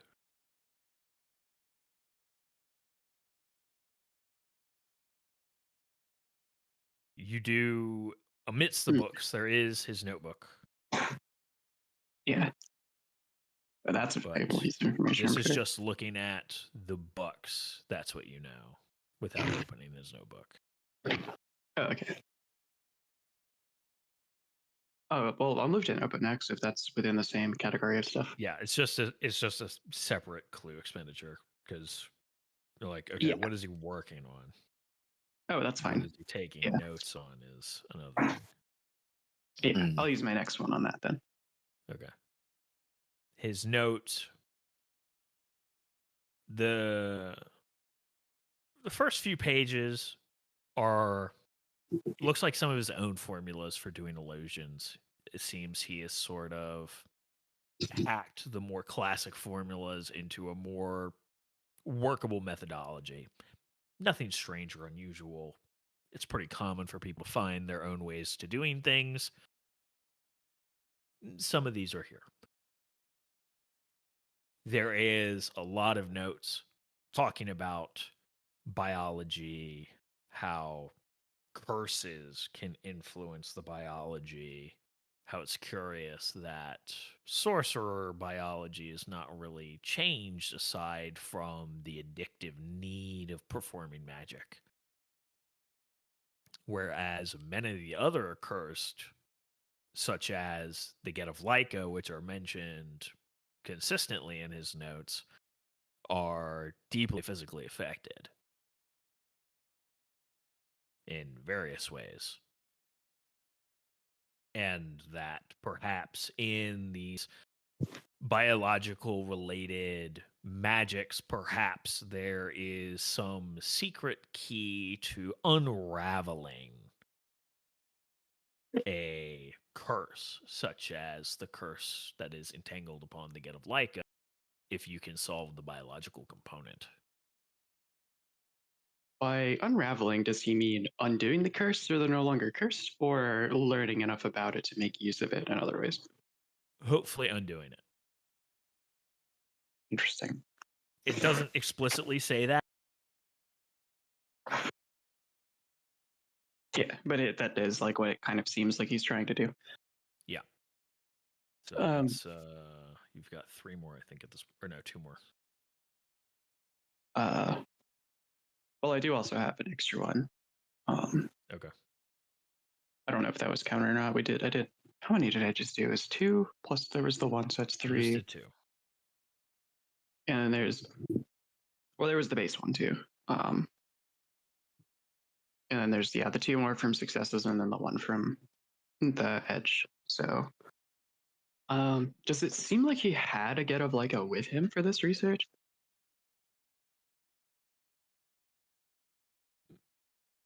From what is written here, you don't believe it would be explicitly necessary for him to have a test subject. Yeah. But you'd imagine that it would be very beneficial. Because a lot of it right now is very theory as far as his notes are concerned. Yeah.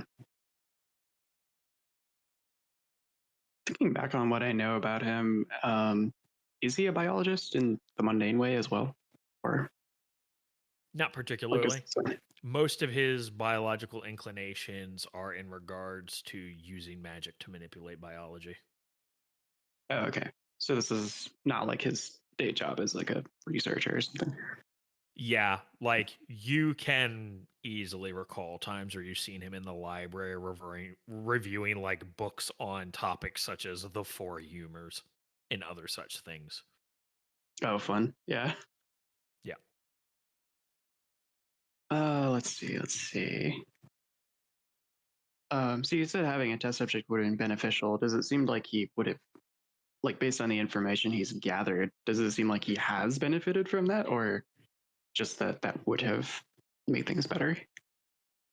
Nothing in his notes concludes that he did have one. Oh, okay. Like I said, a lot of this that is in the book is very theory at this point. This isn't actually, here is the spell, I am trying this. This is working out the foundations of that. Yeah. Most of it I was thinking about would be like if he had a get of like how to talk to and ask about their curse and such. But he might have also just had sources on that anyway. Yeah, that's hard to say. He could have sources because archivist. Yeah. Mostly I was trying to see if the get of like I were looking for might have just been here with him or something. I'm also open to suggestions from any of the other players too for questions. I think I have a couple more. I mean, Or my might be one more. I don't remember. question is based on the pages the books are open to. What was he like last reading specifically about or interested in? It does seem the most recent page is, interestingly enough, not on biological magic and stuff.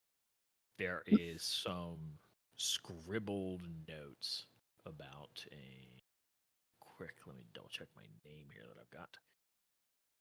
Winlow Summit. There's some notes in the margins. Dates. No, not dates. Seasons. Mm-hmm. Matched with years. Starting back almost, the oldest year being roughly 50 years ago.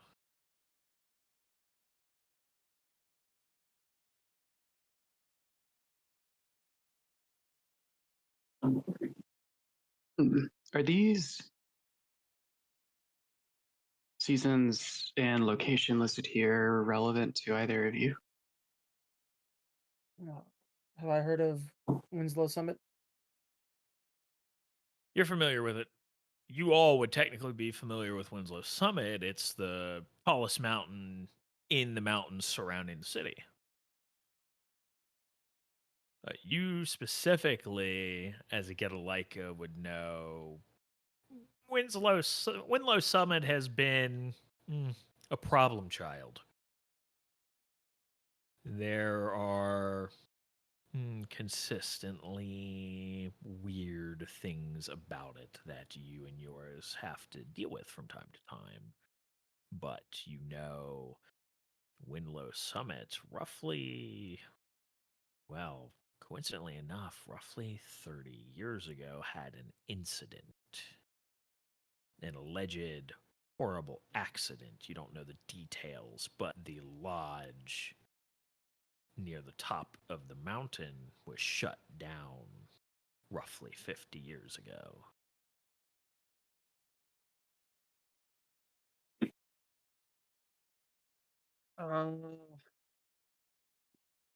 Potentially. Why? Well, this may be our lead on where Italy might have gone from here.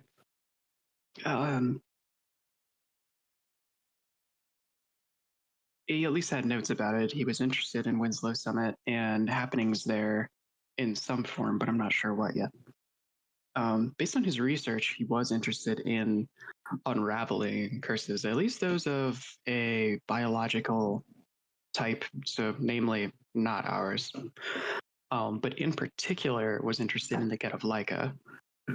I don't know if that was a fact he was conscious about, but he definitely mentions them a lot here as examples and such. Right. So there was an incident 50 years ago that had one of our lodges get shut down on Summit. Strange. Maybe he's interested in that as a foundational point for his investigations into possibly getting rid of a curse. Maybe. Was that time right around this time? So this first date is 50 years ago. Could have been winter. Winter, 50 years ago. Is that Sounds Atlanta?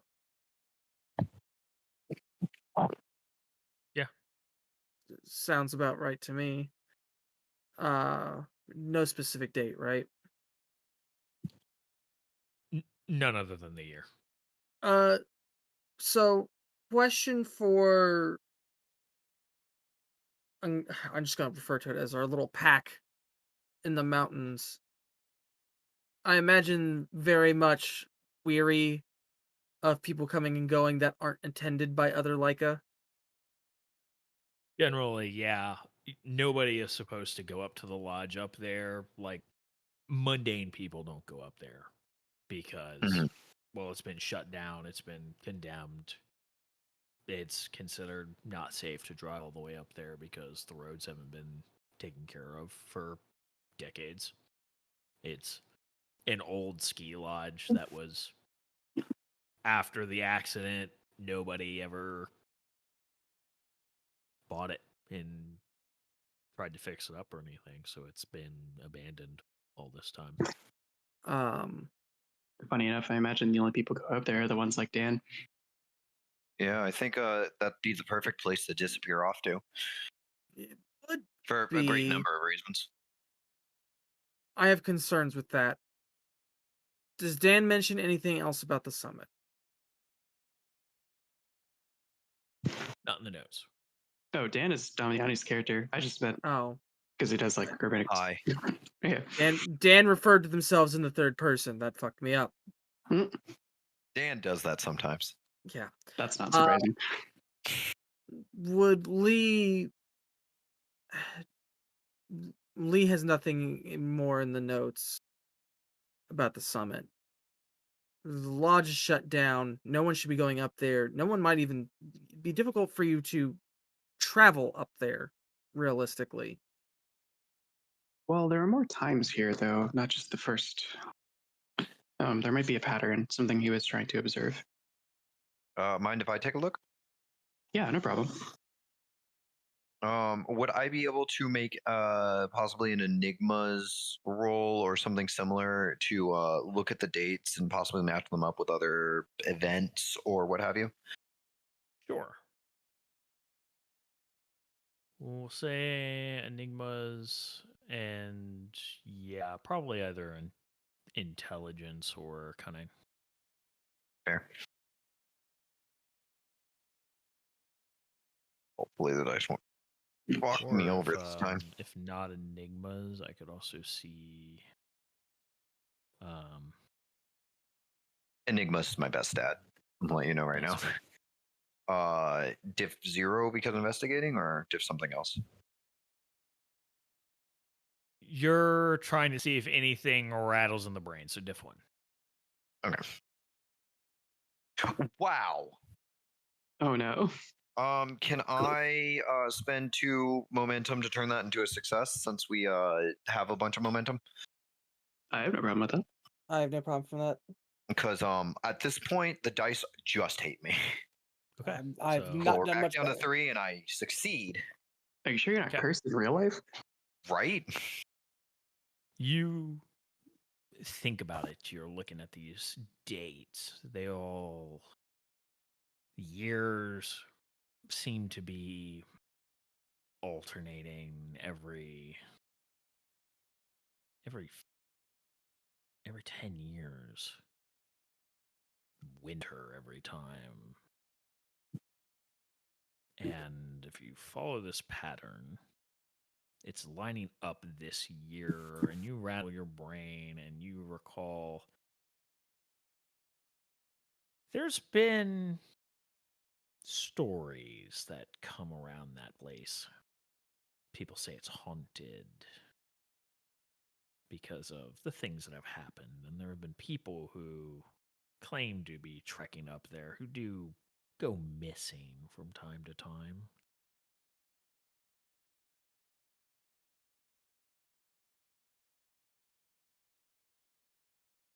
That's all?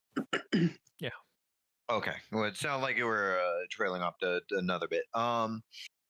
Dan will continue to look at this. Oh, yeah. Okay, that makes sense. I see the pattern. Mhm. This year is the year of the Great Ghost Migration.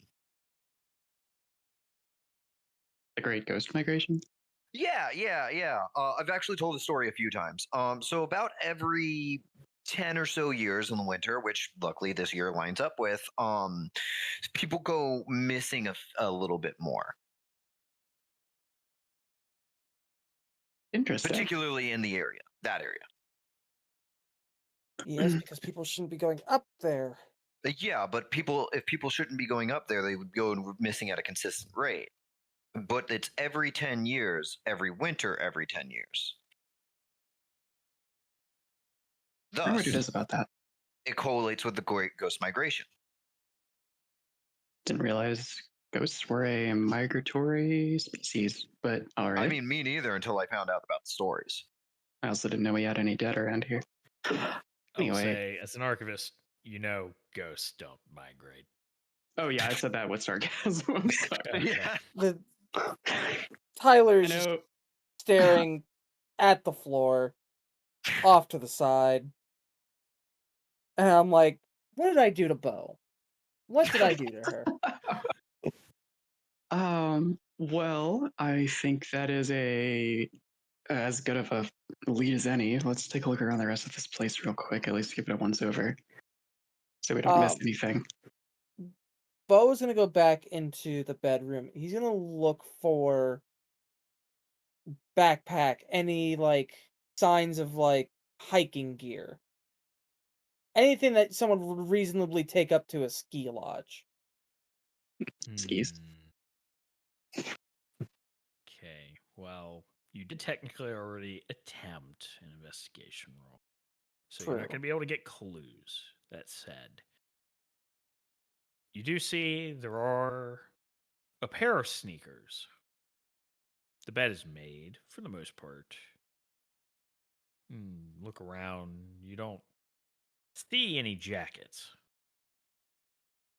Do you see sneakers? Do I only see one pair of sneakers? One pair of sneakers. Okay.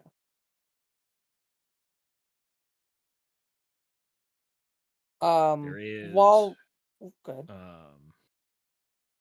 Nightstand. There is a receipt amidst loose change, an alarm clock. There is receipt. Car rental. Something that is all-wheel drive, I imagine? Yes. Great. Would someone going up to the summit lodge be something I'd have to report? Like, do I have to say, hey, Bo, we have to head up here to investigate? Like, do I have to clear that with anyone? No. Now, if something were coming off the mountain that is of a particular nature, most certainly. Yeah. But going up there, no, you don't need to report that. Okay. Well, I've got a receipt here for a rental. Something all wheel. Sneakers are here. Your buddy much of a hiker? I'll go ahead and use my path inheritance on that. Is he much of a hiker? No. Oh, not really. Maybe he's recently taken up a hobby. Oh, I think he might have taken up the hobby these past few years. But why? What? Mm-hmm. I'm trying to understand. Blair would know we're not supposed to go up there.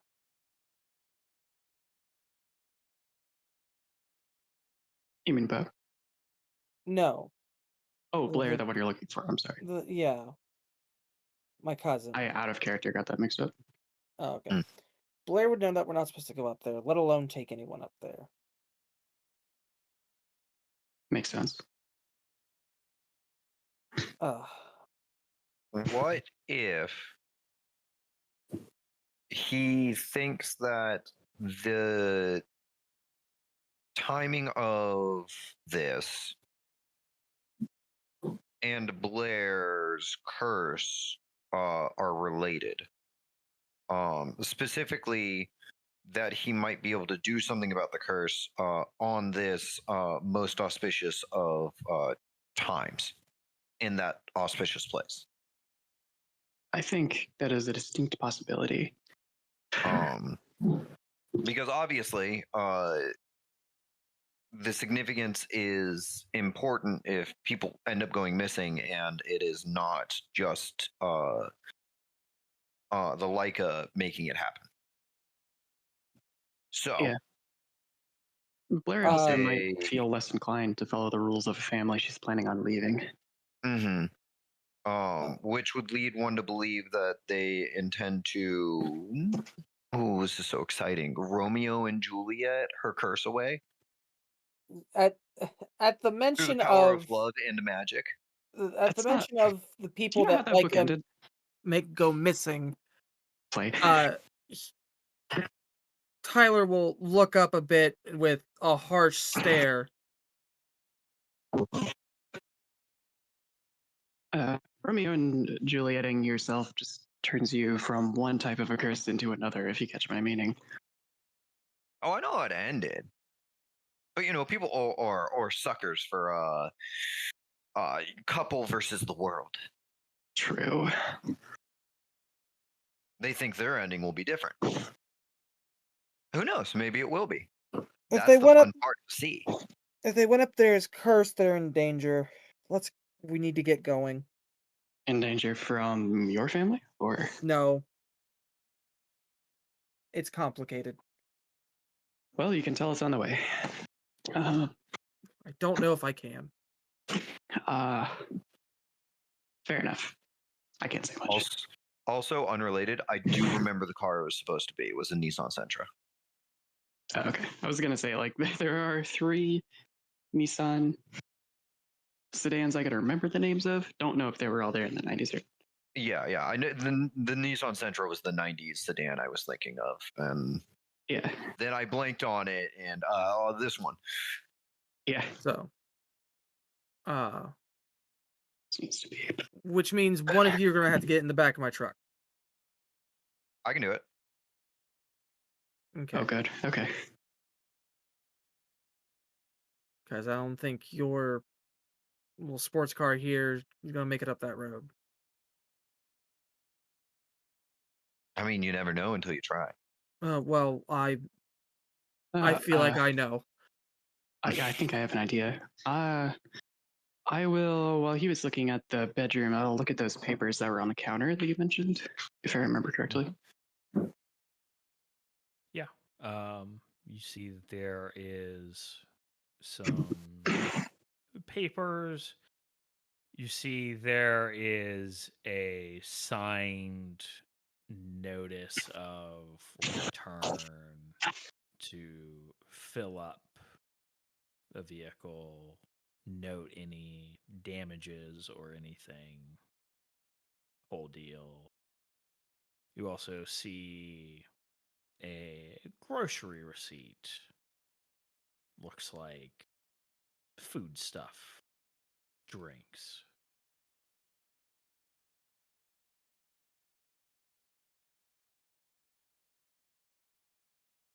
All right, it looks like... Okay, so the notice of return, is that just saying this is... Is that saying it has been returned and it's like your invoice for that, or saying like this is how you have to return a car before? Not in forever. So typically, if you rent a vehicle or if you are using a vehicle from a dealership, they will give you a sheet of paper that you sign off on. You're going to fill it up before you bring it back, and you make sure that you go through the checklist to make sure there's not suddenly any damages that are on it. Yeah. that weren't there before. Okay, so this means he still has the vehicle in that case.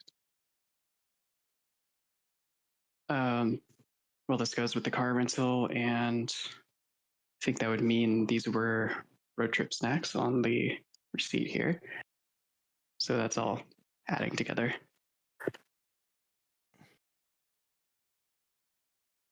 There is least- also a hardware store receipt, flashlights. Sounds like it just affirms our suspicions. Oh yeah, that fits even more.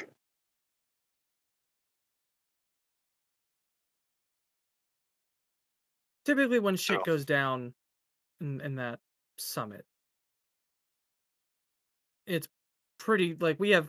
I imagine that there are people that are designated to watch over something that dangerous. To a degree. People are not sent up the mountain, but people are posted near certain areas to watch for anything that might be coming down. Generally, nothing does come down, but people are sent to keep an eye out. Just in case. All right. So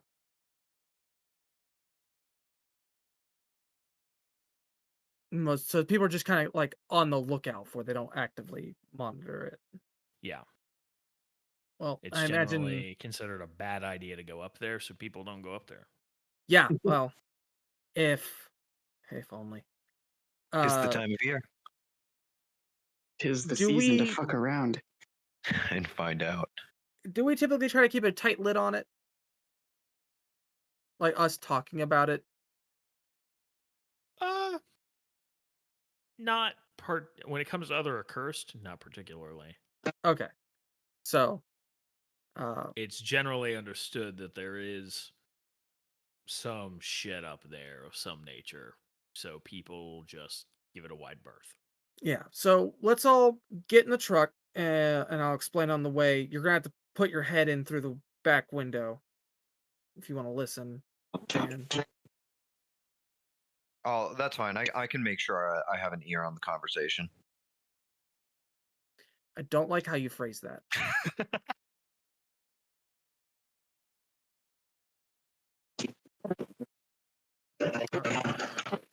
Okay. Cinder has gone robotic. Yeah. Singer's been lost to the net. Sorry, Oh. I had to start the dryer, but I heard everything. So Okay. while we're at the cars, I'll grab my own flashlight or a like a headlamp from my car. Okay. Yeah, one of I those. will. I'll grab a flashlight myself. I'm sure I have one in the glove compartment here. Unfortunately, I have camping not flashlights. learned a spell to see in the dark, so we must make do. Oh, here, you can borrow mine. Your spell to see in the dark? No, my flashlight. I have a spell Oh. to see in the dark. Oh, interesting. No, I forgot one. I point to the headlamp that I just put on. So as we're driving up, so the lodge is a known place among us that we sit there and monitor for things to breach through. Reach through from. Actually, is the outside just one realm in this setting? I actually don't know. I guess Like out of care.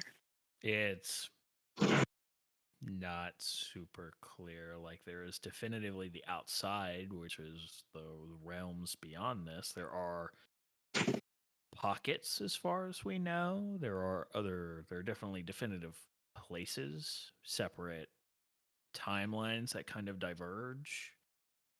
So it could be a myriad of places, likely. a But Nova there is a jumps general through. understanding of other outside of this world.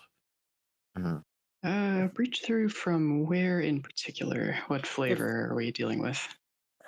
All the flavors. If we're the things that go bump in the night, they're the things that go bump in space. Ah, I see. Okay. So the fact that your friend is interested, dangerous. The fact your friend went up there, super dangerous. The fact that he may or may not have taken one of my family members up there means that he's in real danger. Yeah.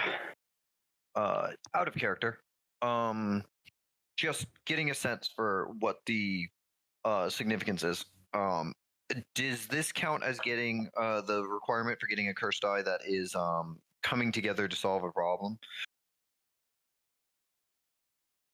I suppose so. Okay. Excellent. Well, we will gain 1 curse die. Yay. As you all are driving through the city, you see something. A fleck. And another one. And another. And it becomes clear it is starting to snow. Oh.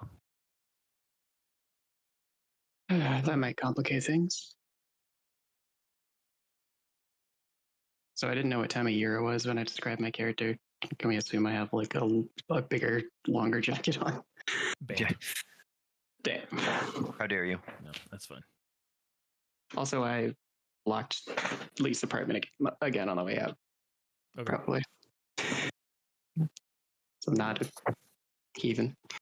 Well, I am, but if we have enough snowfall, it will hide our approach. So I'm not against that entirely. It'll also make it easier to see. Well, maybe for you? I mean, snow's reflective, so it'll just channel the moonlight a little better. Sure. Unfortunately, we'll also bury footprints in any dirt or mud. True, but I can't really see those anyway. Okay. so you are driving, and you start breaking away from the city a bit more, making your way to the neighborhoods at the base of Winlow Peak, and you pass through them and begin to climb the mountain roads up this mountain. This mountain is a steep one. Roads are not in the best condition. It is dark. It's roughly 1-ish in the morning at this point. So it is the darkest part of the night. And the snow is really starting to come down heavy. It's already begun to collect here on the mountain. There is a very thin layer on the road already. Let's see. It's like it knows. Could I get a pilot and give you a choice between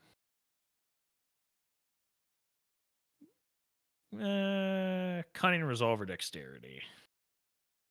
Cunning. Fair. This is going to be difficulty 1 with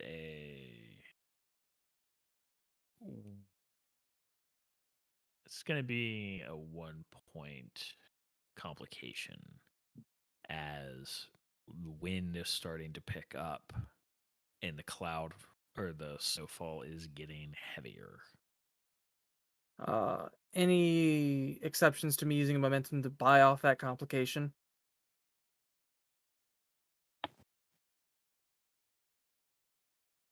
Sounds like a no. Yeah, like I don't mind. Yeah. All right, that's 1 to buy it off. Yep. What was that?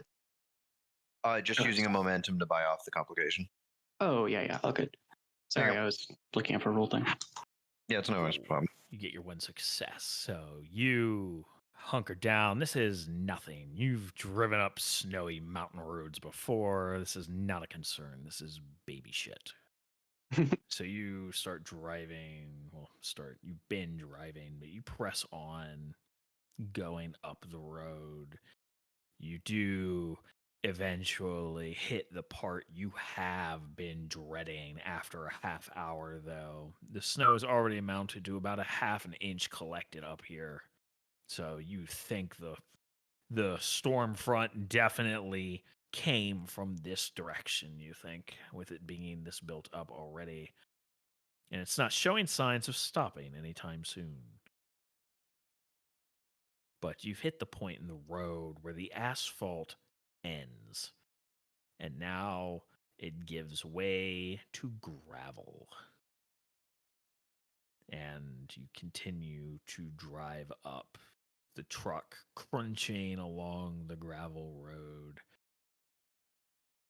until eventually you do see signage, warning, turn back, dead end ahead, generally unsafe road type signs. This place is You so inviting.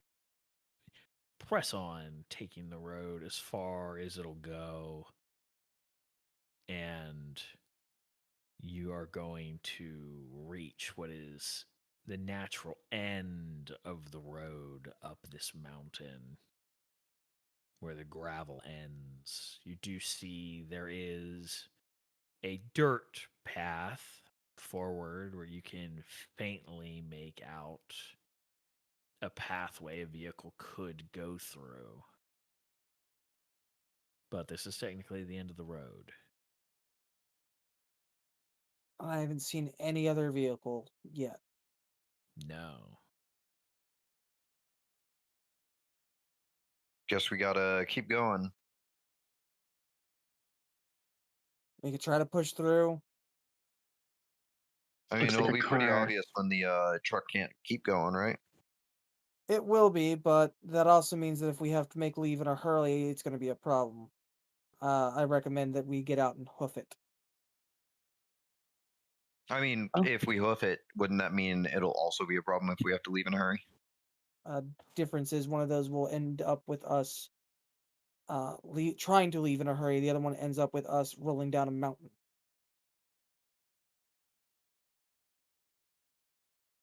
I'd rather leave more slowly than intended than not at all. Yeah, if the truck is stuck in a way that it can't go further, it might also be stuck in a way that it can't get back out. It looks like a vehicle could have gone through there, though, so we can't yet rule out them already being here. Correct. Also, the signs aren't meant to be infighting. That is the entire point. We want people to stay away so they don't potentially die. And you Oh, I don't know. know what makes people die up here? Yes, the things from beyond time and space. Right. That old chestnut. Aren't you The also archivist. living beyond time and space? I mean, probably. Only I'm getting sometimes. he turns off the truck. I'm getting out of the truck now. Okay. Okay, I guess we should do the same then. Yeah, you all get out and get blasted by a gale of cold wind, snow flying into your faces. Whew. It's windy. I'm getting more out of the truck. I will actually open the umbrella now to try to block the wind and not get blinded by snow and stuff. Yeah, it's not pleasant. It's How coming down is- heavy. How is our light currently? It's pitch black out here. Excellent. Whatever light is whatever light you guys brought.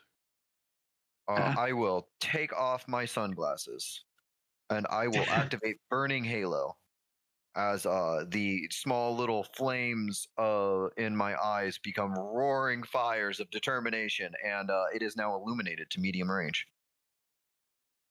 Oh, that's convenient. Very cool. Yeah. The sunglasses are for other people. Ah, I see. Is this where you say, be not afraid? No. Do I look like a battlefield angel? Anyone could be. Moving forward. So you illuminate the area. Are you wishing to progress down the path? Yeah, Sure. I am. I mean, Yes. I can go first if you guys want me to have the light. Otherwise, I'm fine with other people being in front. I'm not particular. Tyler will make a point of being in front with his lantern that at this point probably illuminates less. Out of character though, thing I want to resolve. I took the motif of when casting spells with the liminal attunement, I can bleed an additional curse die to gain a piece of evidence with 2 tags of my choice. I've never been able to figure out what the tags are. I'm not sure either, That actually. I'm not super familiar with. I've looked and either I've missed it or I just do not.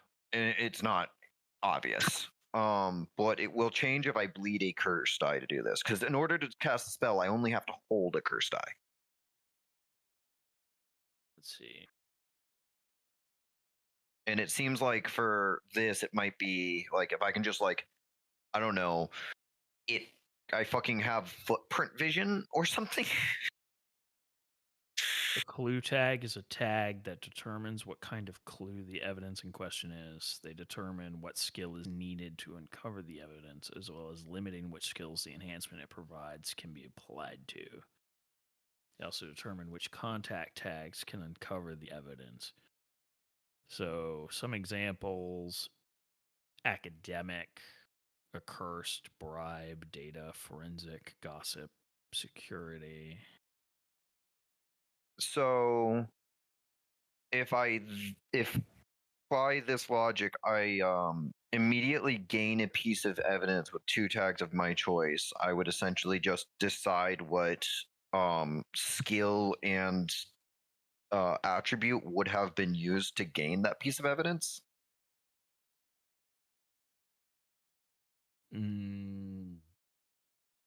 Yeah. So like you're essentially deciding what the tag is, so what kind of evidence it is. You're not really worrying about what the skill is. Yeah, you're just determining what the rational categories that evidence could be a part of. Yeah, in which case I think it might be better to hold it till later when we have more questions we want to ask. Okay. Because I can just essentially toggle this spell. Okay. So I will not choose to use my motif yet. Okay. So guys cross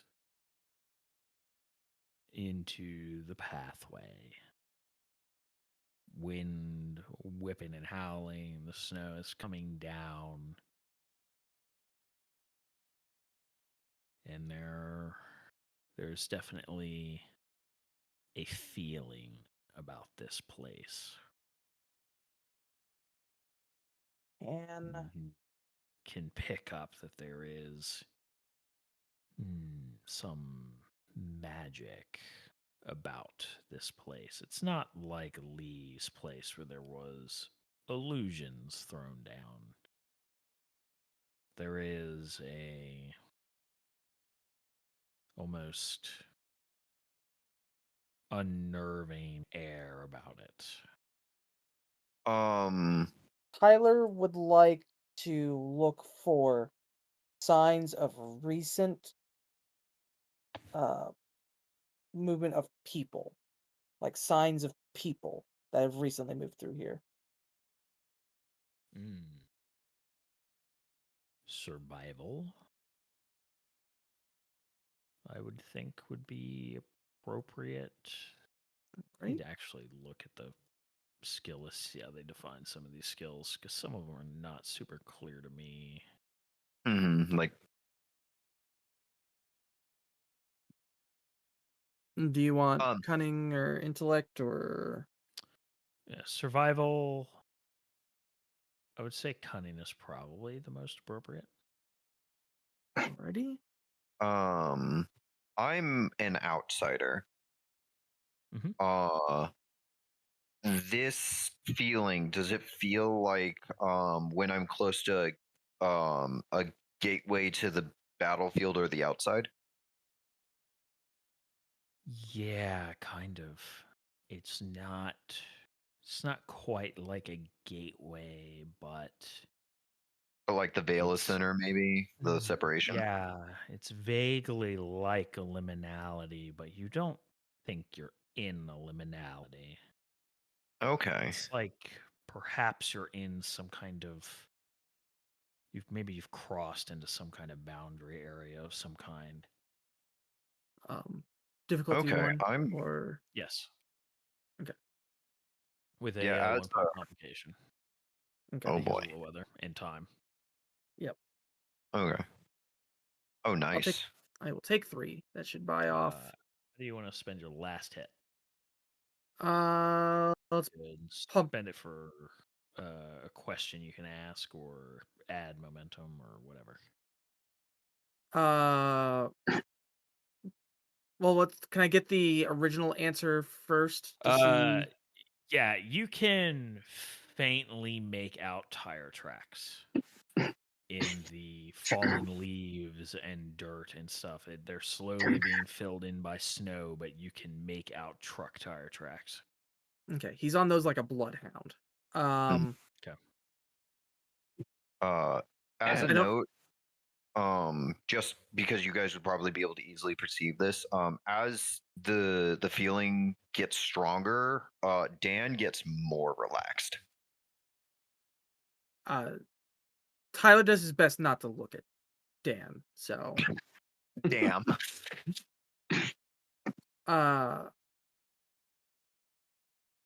He wants to see if there's signs of 2 people or if it's just this one jackass. That's what his main concern is. Lee realistically to him is an afterthought. He wants to make sure his pack member is safe. So, is it 1 person or is it 2? You're seeing tire tracks for a truck. Okay, that's what I thought the response to that would be, but I was gonna try.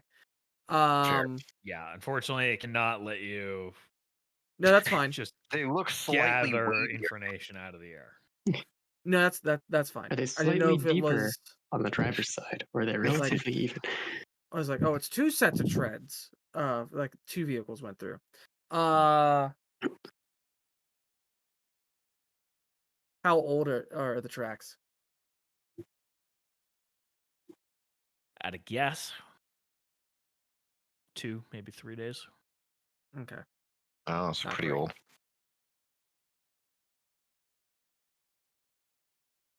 Follow me. Got it. Oh. And I will follow the tracks relentlessly and quickly. I see why you guys gave this place up now. I'll have to amend the story.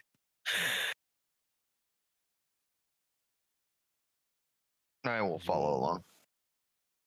Go walking through amidst the howls of the wind. You swear you hear something howling in the wind amidst its own noises. Maybe it's screaming, perhaps. It's hard to say.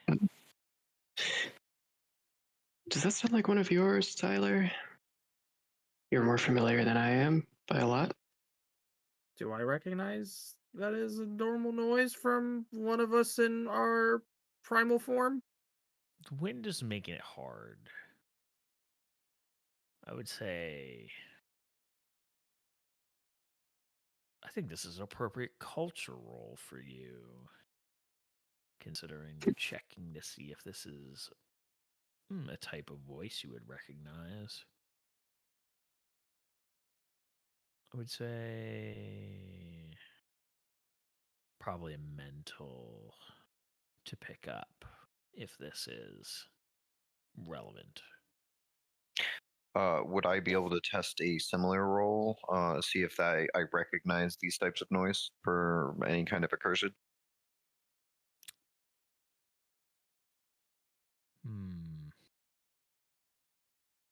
With esoterica, sure. I'll take Esoterica too. I'm same dot Smith. Then difficulty 1. Difficulty 1 with a complication of 2, considering the wind. Okay. Because it is loud up here.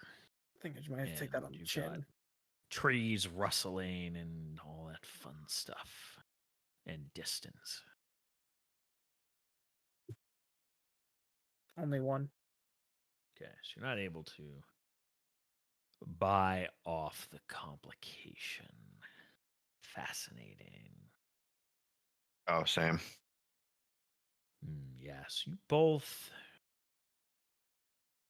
You don't think that's anybody you necessarily know. But you both feel a paranoia wash over you. You know you're coming up here looking for people, but you can't help but feel like something is following you. Perhaps coming up here was a bad idea. You know what? Give me a moment. Keep passing over it. There we go.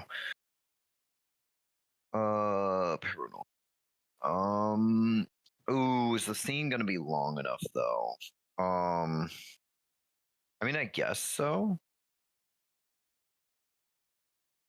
Sure. You know what? I will reflexively bleed a curse die, and I will use bulletproof heart to shed that effect and become immune to it for the scene. Interesting. Okay. Nice. So only Tyler feels paranoia sinking in, an uneasiness that is not easily shaken. Yeah, I have a feeling that Dan's curiosity is far outweighing the paranoia. And what is paranoia a condition? It might be an existing thing. I'm not sure. I'm not seeing it. That's why I was asking, and that's fine. Yeah. I'm mostly gonna have it essentially raise difficulties for relevant tests. Gotcha. Okay. That's fine. Doesn't sound like anyone I know. Stay to the tracks. Don't wander off. Will do. I mean, I'm your guys' like torch. I really shouldn't wander off. It's getting so interesting. I'm not planning on being out here by myself. Can you guys also light your eyes on fire? That would be way easier. Not with a spell. Tyler is stalwart, dead focused, not paying half a mind. Because like we're close, and that doesn't sound like anything I recognize, which means it's something new. So you I wonder. progressing. The tracks continue up. It is a arduous hike up this dirt road that cuts through the woods. This is where gonna call for either, well, we're gonna say a survival roll, either resolve or stamina, to push through. It's the same for me either way. So I'll take No, that's 4 dice. I'll take it. Resolve or stamina? Yeah, resolve or stamina on a survival check. All right, I will roll resolve. I don't have survival. Do we default on skills or anything in this, or no? Do you just have less dice? Okay. Hey. Great. I am resolute. Well, I did get one success. 3 successes. Okay. So you all manage to push on. There are times where you consider maybe going back would be better. Maybe at least come back during the day. But you push on. You have your 2 additional hits. What would you like to do with them?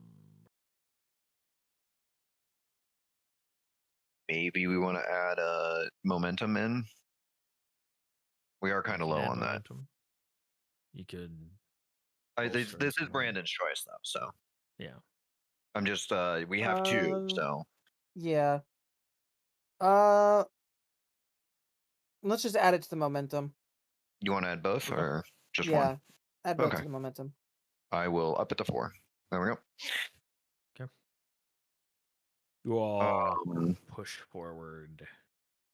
There is a loud bang. And maybe for those of you that live in the city, it is extremely disconcerting. Your paranoia definitely doesn't help, Tyler, but you know that sound. It is, to the uninitiated, perhaps something akin to a gunshot. However, you've heard it plenty of times in these mountains.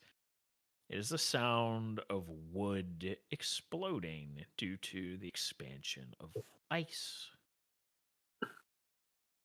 And then you manage to stop the group in time before a small tree comes crashing down across the path.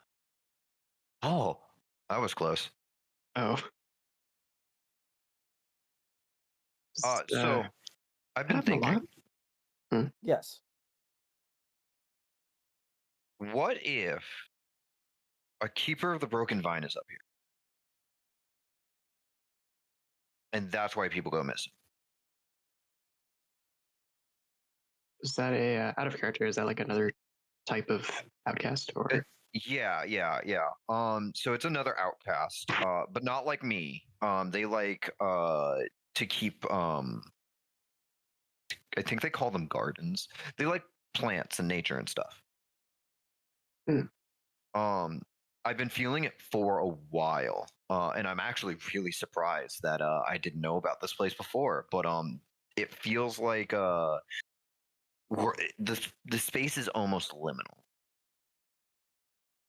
We're noticeably closer to the outside here, and any outsider would like that. Okay. If that is the case, should we be worried? I don't know. Then let's worry about getting our folks out of here, if they are here. These tracks are a couple days old. If they're still in danger, we need to be quick. So, sure, just don't go through any gateways you don't know about. I'll note that for later. Thumbs up. So you all take the minute to get over this fallen tree. As you do, the snow, you notice, is getting denser. It's about 1.5 inches now. You progress further up the road, probably about another 300-400 feet. You come across a disturbing sight. There is a rusty, brownish red streaked across snow. Oh. Old, like it's been there for a long time. And there is a body frozen, arm outstretched, reaching for something looking in your direction. Had you not known any better, you would have thought it was reaching for you. But it is frozen there in death, and its face in a look of permanent terror. Icicles hang from its nostrils and its chin. Looks to be maybe a young man of some family you perhaps do not know. But as you get closer, you see it is only half of a somebody. Is it the is upper it either half, of like yours? just standing, or It is in the snow, reaching up like it was dragging itself along. So the snow up here has been falling for a little longer than on the way up here, then I assume. If it was already, if the blood on the snow is old. It seems that way. I don't assume this is either of yours, right? That's not Leah, right? No, this is I assume you would have said so. Oh, that isn't Lee. It's not Blair. Yeah, we'll look right closely to see if it is anyone I recognize. No. It does strike you as a little odd. Even though it has been snowing, it's not been cold enough today for somebody to be so thoroughly frozen. Not to mention, they do not have any signs of frostbite on them. Yeah, it hasn't been cold enough for someone to freeze in motion like this. You know, I'm gonna go investigate the body. Very quickly. You're gonna what the body? I'd like to investigate the body. Sure. I assume there's, even if it's only half a person, they're still clothed and whatnot. Can I find any belongings on them? Maybe some identification. Let's call this an enigma's mental attribute.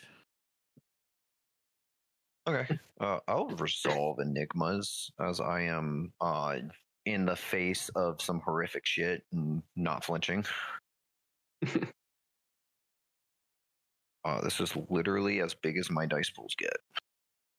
Nice. Difficulty 1? Yep. As a 90s goth, I am obligated to be chill and macabre. 0. Okay. Well, I mean, same difference. Margin of 3. So you got 3 questions. Who is this person? You're able to rifle through their pockets. You find, pockets. They don't have any pockets. Their legs are missing. I mean, they could have had like a. Have any flannel. ID on them? Okay, I figured since it was winter, they might have had like a flannel on or something. So when you check the body, it is solid like ice. Yeah, I want to. Given that there's a few things that could have happened, can I determine the actual cause of death? Yes, you look at where the body was separated. Examining it, it looks like some kind of traumatic shredding of some kind, tearing perhaps. The flesh and muscle there is horrendously ripped up. It's still a dark crimson red. It is not the brownish red like the stain on the snow, but it's crystallized, frozen. This feels like almost set up. Time. Yeah.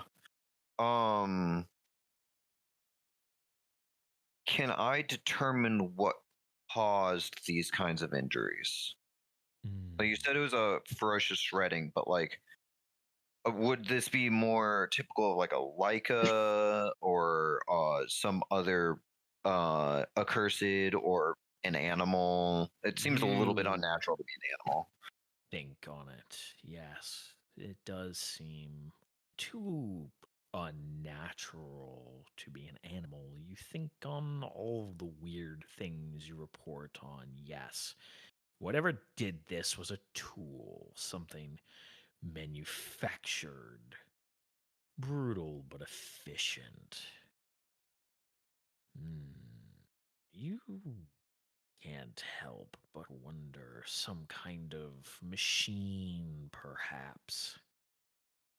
Maybe, but certainly not, right? Certainly somebody would say something. The story would have gotten out, right? Maybe Swear to God, not. if you say wood chipper. You think it could have been a chainsaw? For those of you who want a truly cursed experience, Google to find out what the original intent of the chainsaw was. Oh yeah, it was surgery, right? Yeah, for bones, I think. Yeah, Yes, and they need to be able to get through there quickly. Specifically on infants. Specifically infants and not just Yeah, whoever? yeah, it's really fucking weird. The chainsaw is such a mysterious masterpiece of what the fuck. That's incredibly specific. I just didn't think it was that specific. Like, the reasoning for it is just as ludicrous as the application. Yeah, didn't mean to derail it, but no, you're good. Fun fact: Dan, as if he wasn't already lit up enough, is clearly lighting up with fascination and curiosity. Oh my God, it's so much better. Why would they? You are positively glowing. Thank you. There is a literal man cut in half in front of you and said that it's better. Yes, but it's why he's cut in half and how. We have a chainsaw massacre. I'm going to the car. I'm going to the vehicle. I'm going to look inside the vehicle. Wait, is there a vehicle up here? Or you mean back to ours? I thought I was still following the tracks. I mean, we're still following the tracks. There's no vehicle as of yet. But you're getting back on that track, on that trail. But that said, like, I can't imagine your people need a chainsaw. Like, you just rip a man in half. And I don't think sorcerers really are. Forgive me. I don't know that you guys are chainsaw aficionados. I mean, I wouldn't put it past some of the stranger types, but certainly not. There would be stories if anyone around here had a proclivity. That's the best part. There aren't any. I know them, and none of them include chainsaws. That's surprising. What I am curious about is the frozen state of these remains. They're frozen through. Like the through and through. This man is a like stiff as a board. But I don't think that happened normally. Sure, it's been cold up here. Maybe cold enough to keep him frozen after the fact. Oh, definitely not. It seems like he was frozen incredibly quickly. I would assume after the chainsawing happened. Does that seem to be based on? Oh, I mean, he died by chainsaw, which means it had to happen after the chainsawing happened. But if you look here at the stump, he's going to twist the body a little bit. You can see that the blood's still fresh. It's just crystallized. It doesn't, like, the blood is pretty much ice. Like, yeah. Well, is the blood like in a shape in its frozen state, like it flowed before being frozen, or like it was? If the body's like ripped and torn and stuff, I assume it was still soft and fleshy at the time the chainsawing happened. Yeah. Hmm. Is there any? I don't know if magic leaves a residual effect on anything in this, but are there any clues that the freezing part may have been done with magic? This area in general is still feeling rich with magic. Okay, so it's not something you're not picking up anything unique in regard to this. Okay. If there is something going on with this, it's part of whatever's going on here. Yeah. And it's not like whatever did this to him or whoever necessarily had the need to hit him with an ice blast because they were already cutting him in half with the chainsaw. That said, the feeling is stronger here. Yeah, we're clearly getting close to the epicenter. Thinking you might potentially be maybe actually in a liminality at this point. Maybe still approaching the threshold of one, perhaps. It's hard to say. Normally, liminalities are not massive areas like this. Not in your experience, anyways. Yeah. Would it be possible to go over real quick, like out of character, what exactly a liminality is? Like, is it just a place where the outside and the normal world overlap, or? Yeah, there are places that can kind of connect the two. They can also be bubbles within reality, essentially, where things are a little different. Kind of think of liminal spaces in reality, where you have, if you don't know what a liminal space is, just Google it. It's typically done with photos and such. But yeah, the major analog horror vibe. These spaces that are generally strange to see for one reason or another.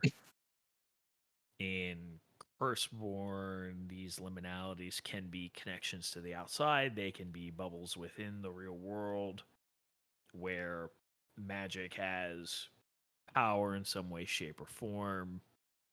They can take a lot of different forms. Mm-hmm. They are generally places of weirdness, TM. Yeah. Yeah, in this case, Dan explained that it was some sort of like blending of the outside with the real world. Like we're not quite there yet, but it is tangibly closer. Yeah. All right, let's real quick review everything we've come across so far. So they came up here and we determined it's 3 days since they got here. Well, they is strong. We've only confirmed that a vehicle has come up here recently, within the past 2 or 3 days. We have reason to suspect that it is Lee's vehicle based on evidence within his apartment. We do not know if he is with anyone else. This individual is a unknown factor. Mm-hmm. So we're doing that. We heard noises in the woods that it's been a little hard to make out with the wind. But we can tell it's not anything we recognize. So it's not a Leica, and it's not a chimera with some weird mutations. Sometimes we make those sort of noises.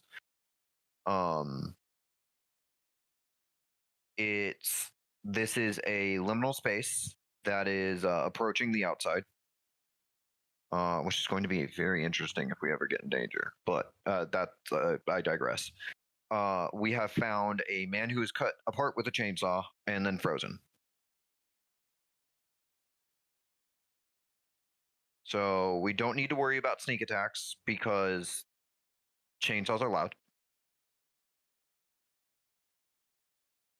I suppose that's true. But there is something up here and aggressive.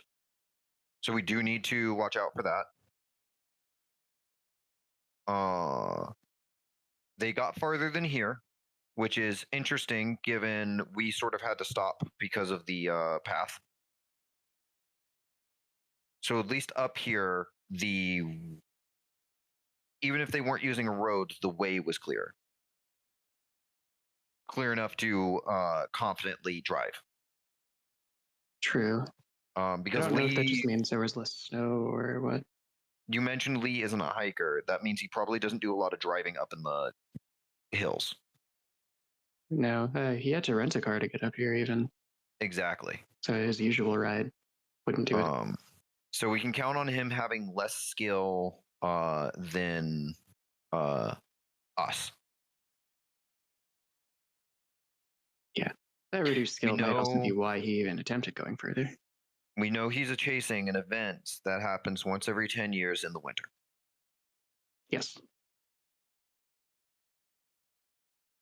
I posit this creature or occurrence or what have you, whatever caused moi, and he gestures to the dead man, is tied to the 10-year winter cycle, which is why the bodies go missing. And Lee either knew this, and this creature can, in his mind, remove curses, biological curses, or he doesn't know about the creature and he is in terrible, terrible danger. Well, I think he's in terrible danger either way. True, if you are looking for the creature, that's pretty dangerous. Yeah. There is also, if this body wasn't frozen like this by a deliberate magical effect, there may be something to do with the environment that alters how either time or thermodynamics work. So I would not put it past the outside. Possibly something to watch out for. Yeah. Can I posit a question? Yes. You said that it's not a noise that you recognize from any of the folks like you, chimeras.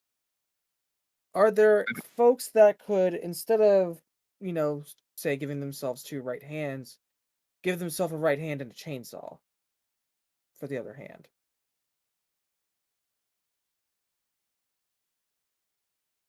I mean, I could try.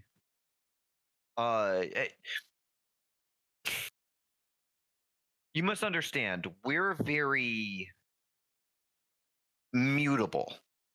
Oh, I'm aware. It is pretty much sky is the limit. Okay. If I wanted to turn into a just web of mass in the bed of your truck to stay more secure, with enough determination and time, I could probably do it. There are things we can't change about ourselves, though. Every chimera has something. For me, it's my eyes. That's why I wear the shades, because no matter if I have 2 hands or 3 right thumbs or 18 feet, I always have my eyes.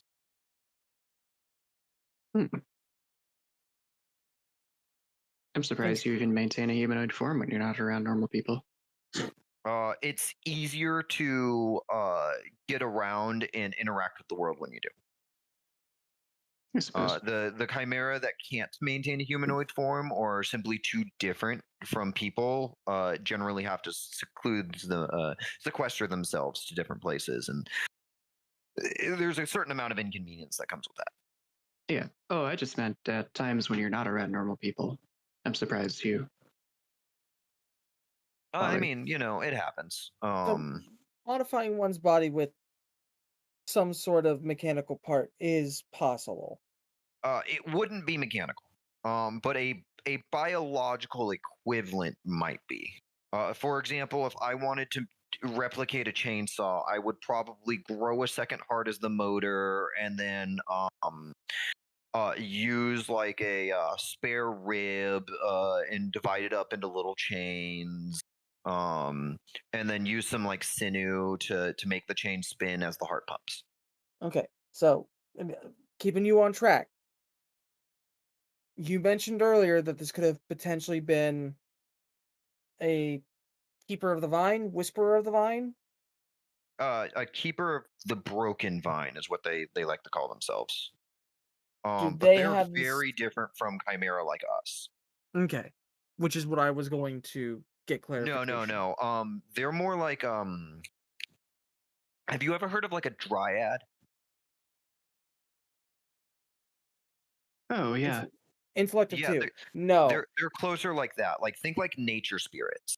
Like an ent or a dryad or a fairy. Okay.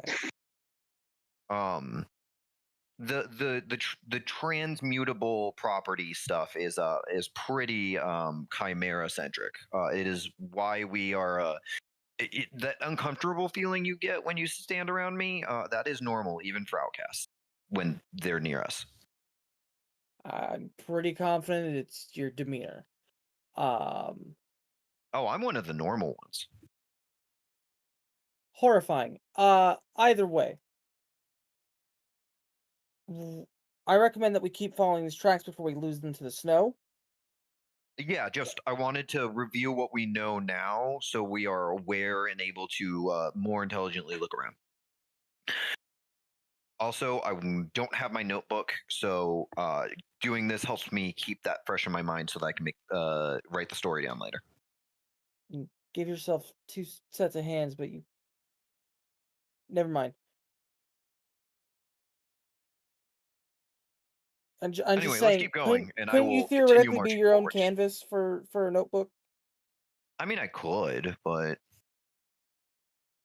that seems like such a waste right now. Maybe if we like resolve this and I don't need to like keep a knife in my rib cage, then we can talk about pulling a notebook out of my ass. Yeah, I'm just roll right on past that. Let's keep going. As you've been talking, the snow has somehow climbed to like 5 inches in depth. It is deep. Glad I wore boots today. Perhaps. Yeah. I was gonna say, as we walk along, Dan will turn to sorry, Cinder, what was your character's name? Raven. Raven. Knew it. Bad with names, sorry. Dan will turn to Raven. Hey, do you happen to know like any like magic that would do this? You guys are better with magic than we are. Is there like weather magic or snow magic or? Well, theoretically, anything is possible, especially once you get into the realm of rituals. There aren't any particular. Let me actually see real quick. If you can do weather with any of our spells. Because I wonder if the snow is magic and not just liminal space stuff. Yeah. It's not for sorcerers, at least. It's not among our standard magical repertoire. Okay. But I wouldn't be surprised if someone could control weather. And I assume you guys don't have any either. He looks to. Fuck. Not Lee. Tyler, yes. I'm going to get these. I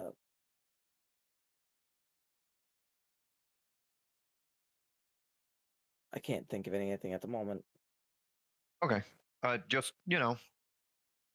helps with narrowing down the results.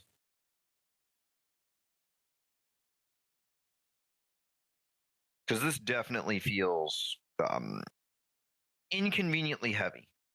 And I wonder if it's something that happens when people come up here. Like, the snow only happens when people are here. Understand that primals themselves are connected to the elements. However, God of Lycan are connected to lightning and thunderstorms. Do you know who's connected to, like, snow or ice or water?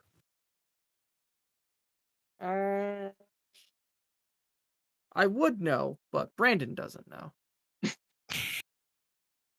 Let's see. No, it's definitely not them.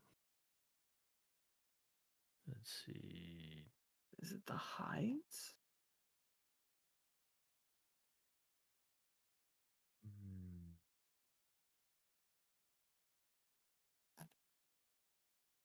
Don't think so. I was never able to find the page that detailed out what elements they were each attached to.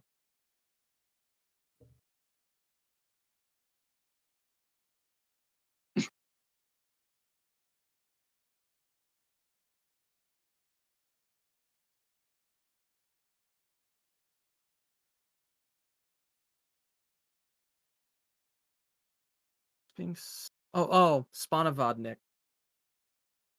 Oh, that sounds interesting. What's that?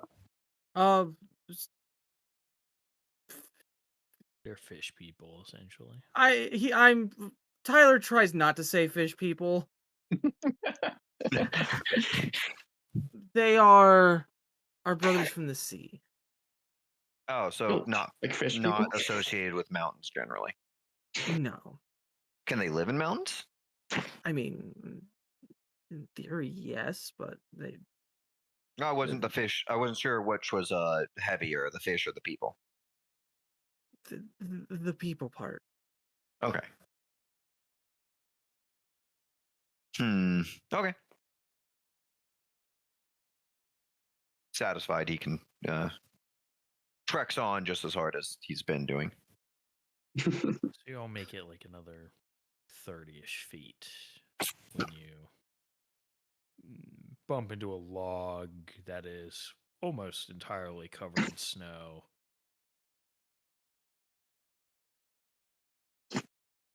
Yeah. What's curious is the tracks continue. If you clear snow out of the way, you can see the tracks continue beyond the log. So this log didn't stop the tracks, interestingly enough. Yeah. So the log had to happen after the tracks. But I am on the other side of the log, you do find the other half of the person in question. Oh. Slumped up against the log. Some aged blood having splattered across its bark. Can I rifle through these pockets for an ID? You can.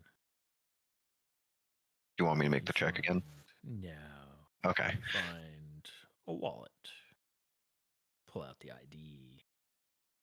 Driver's license. Some John Hammond.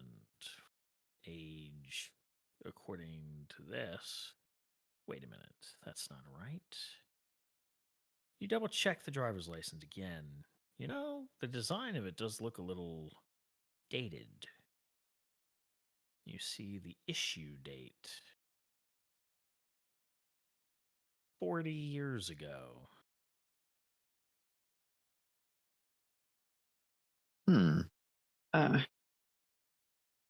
What does it say his date of birth is on it? About 20 years prior to that. But he didn't look 60 years old. No.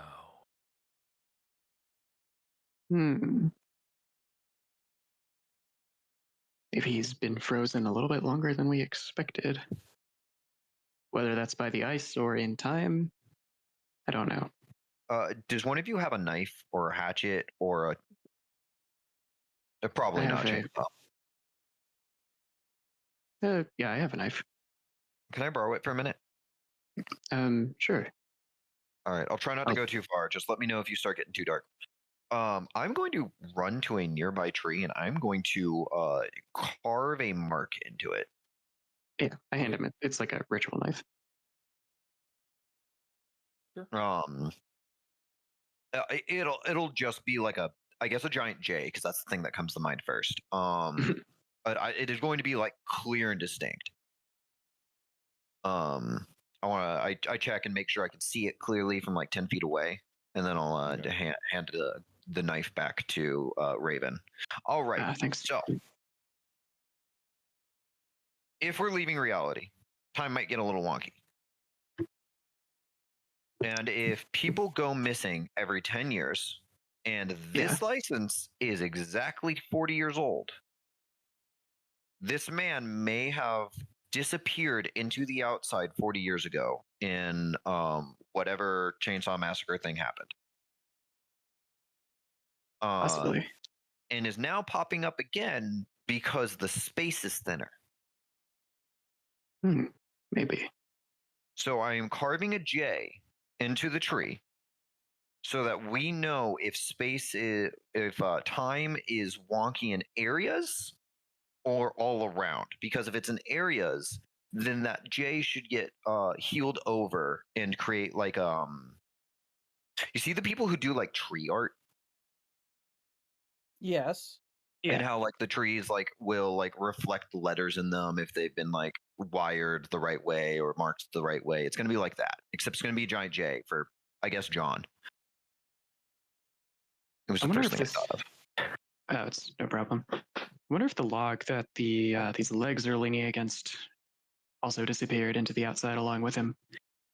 And then maybe due to the changing nature of the place at the time the other vehicle passed through, reality wasn't thin enough for the log to be here, but now it is. Mm-hmm. Since the legs are slumped against it, I don't imagine the tree fell today. Yeah. Demian. Mm-hmm. I'm a chimera. I am an outsider. I've been to the outside before, presumably. Is how common is time dilation wonkiness with trips to the outside? You've never really dealt with it yourself. It's not necessarily common. As far as you're concerned, it's pretty standard to some extent be a one-to-one, unless you are going really deep into the outside. But then it's, well, things in general just get weird, but you also know going that deep, especially as an outsider, is a bad idea. I might be in horrible danger. It's possible things can get really weird, especially when it comes to liminalities. There are not hard and fast rules to how these things function. It's not like the sun rising every day. Yeah, once you get deep enough, you just kind of throw out the book and replace it with clown cars. Yes. I might be in horrible danger. Well, let's hope not. It all depends. If you guys see Archons, run away from me. Noted. Why is that? Because they want me. I see. On that note, I have to read how this works. Go ahead. We should probably hurry up. Time and other things are only going to get weirder and less predictable. I don't want to rush us because the weather is against us, but the less time we spend here, the less risk there is to all of us. I don't exactly want to disappear into the outside for the next decade myself, so yeah, I don't know if you guys I'm can with you come on back that. from that. That being said, Tyler is going to attempt to use impenetrable skin. Okay. I just have to be holding 2 cursed dice. I give myself use an action to gain 3 armor that lasts till the end of the scene and does not stack with any other sources. Okay. Nice. Fair. I have to be holding 2 cursed die to do it. Sure. Okay. Are you all pressing on? Yep. Yeah. With due haste. I am not running, but like I'm kind of power walking at this point. Yeah. You all trudge through the snow. It is somehow deeper yet. As you all press forward, trudging. It is dark. The wind is howling. You think you hear another screech of some kind in that cold, dark howling. And you finally press up, peeking over this bit of hillish road, and in the distance you can see the lodge, yellow lights shining out of its windows, and you can, even from here, make out a splatter of red against one of the windows. And that's where we're going to pick up next time. Ha. Joy. All right. Does that mean master of the cliffhanger? Yeah. Oh, yes. So, hope you all have enjoyed, both players and listeners, enjoyed this part 1 of what might actually end up being 2 sessions. We'll see. Damn, we are speeding through this. Really? Wow. Well, in hindsight, I shouldn't have had you guys go straight to the department. I should have had you do a little bit more investigation to piece that together, but it's whatever. Yeah, That's all right. We all I mean, make an characters. apartment seems like the place to start looking for a person. Yeah. Yeah, that makes sense anyway. I mean, and we all made characters around the concept of investigating. So, and this situation can things can escalate. get weird. Mm-hmm. So Yeah. it might constitute a 3rd session. We'll see. But yes, get to play with some of the fiddly bits of the system. We'll maybe see combat next time. I see. But, I need to review ways to gain curse dice other than my lineage based one, because I know there are other ways. I just don't remember what they are. If you look in the magic manual, we should probably page 3. Yeah. But thank you, Brad, for listening. We hope to have you on the next one. Bye. Bye-bye. Bye-bye. Bye.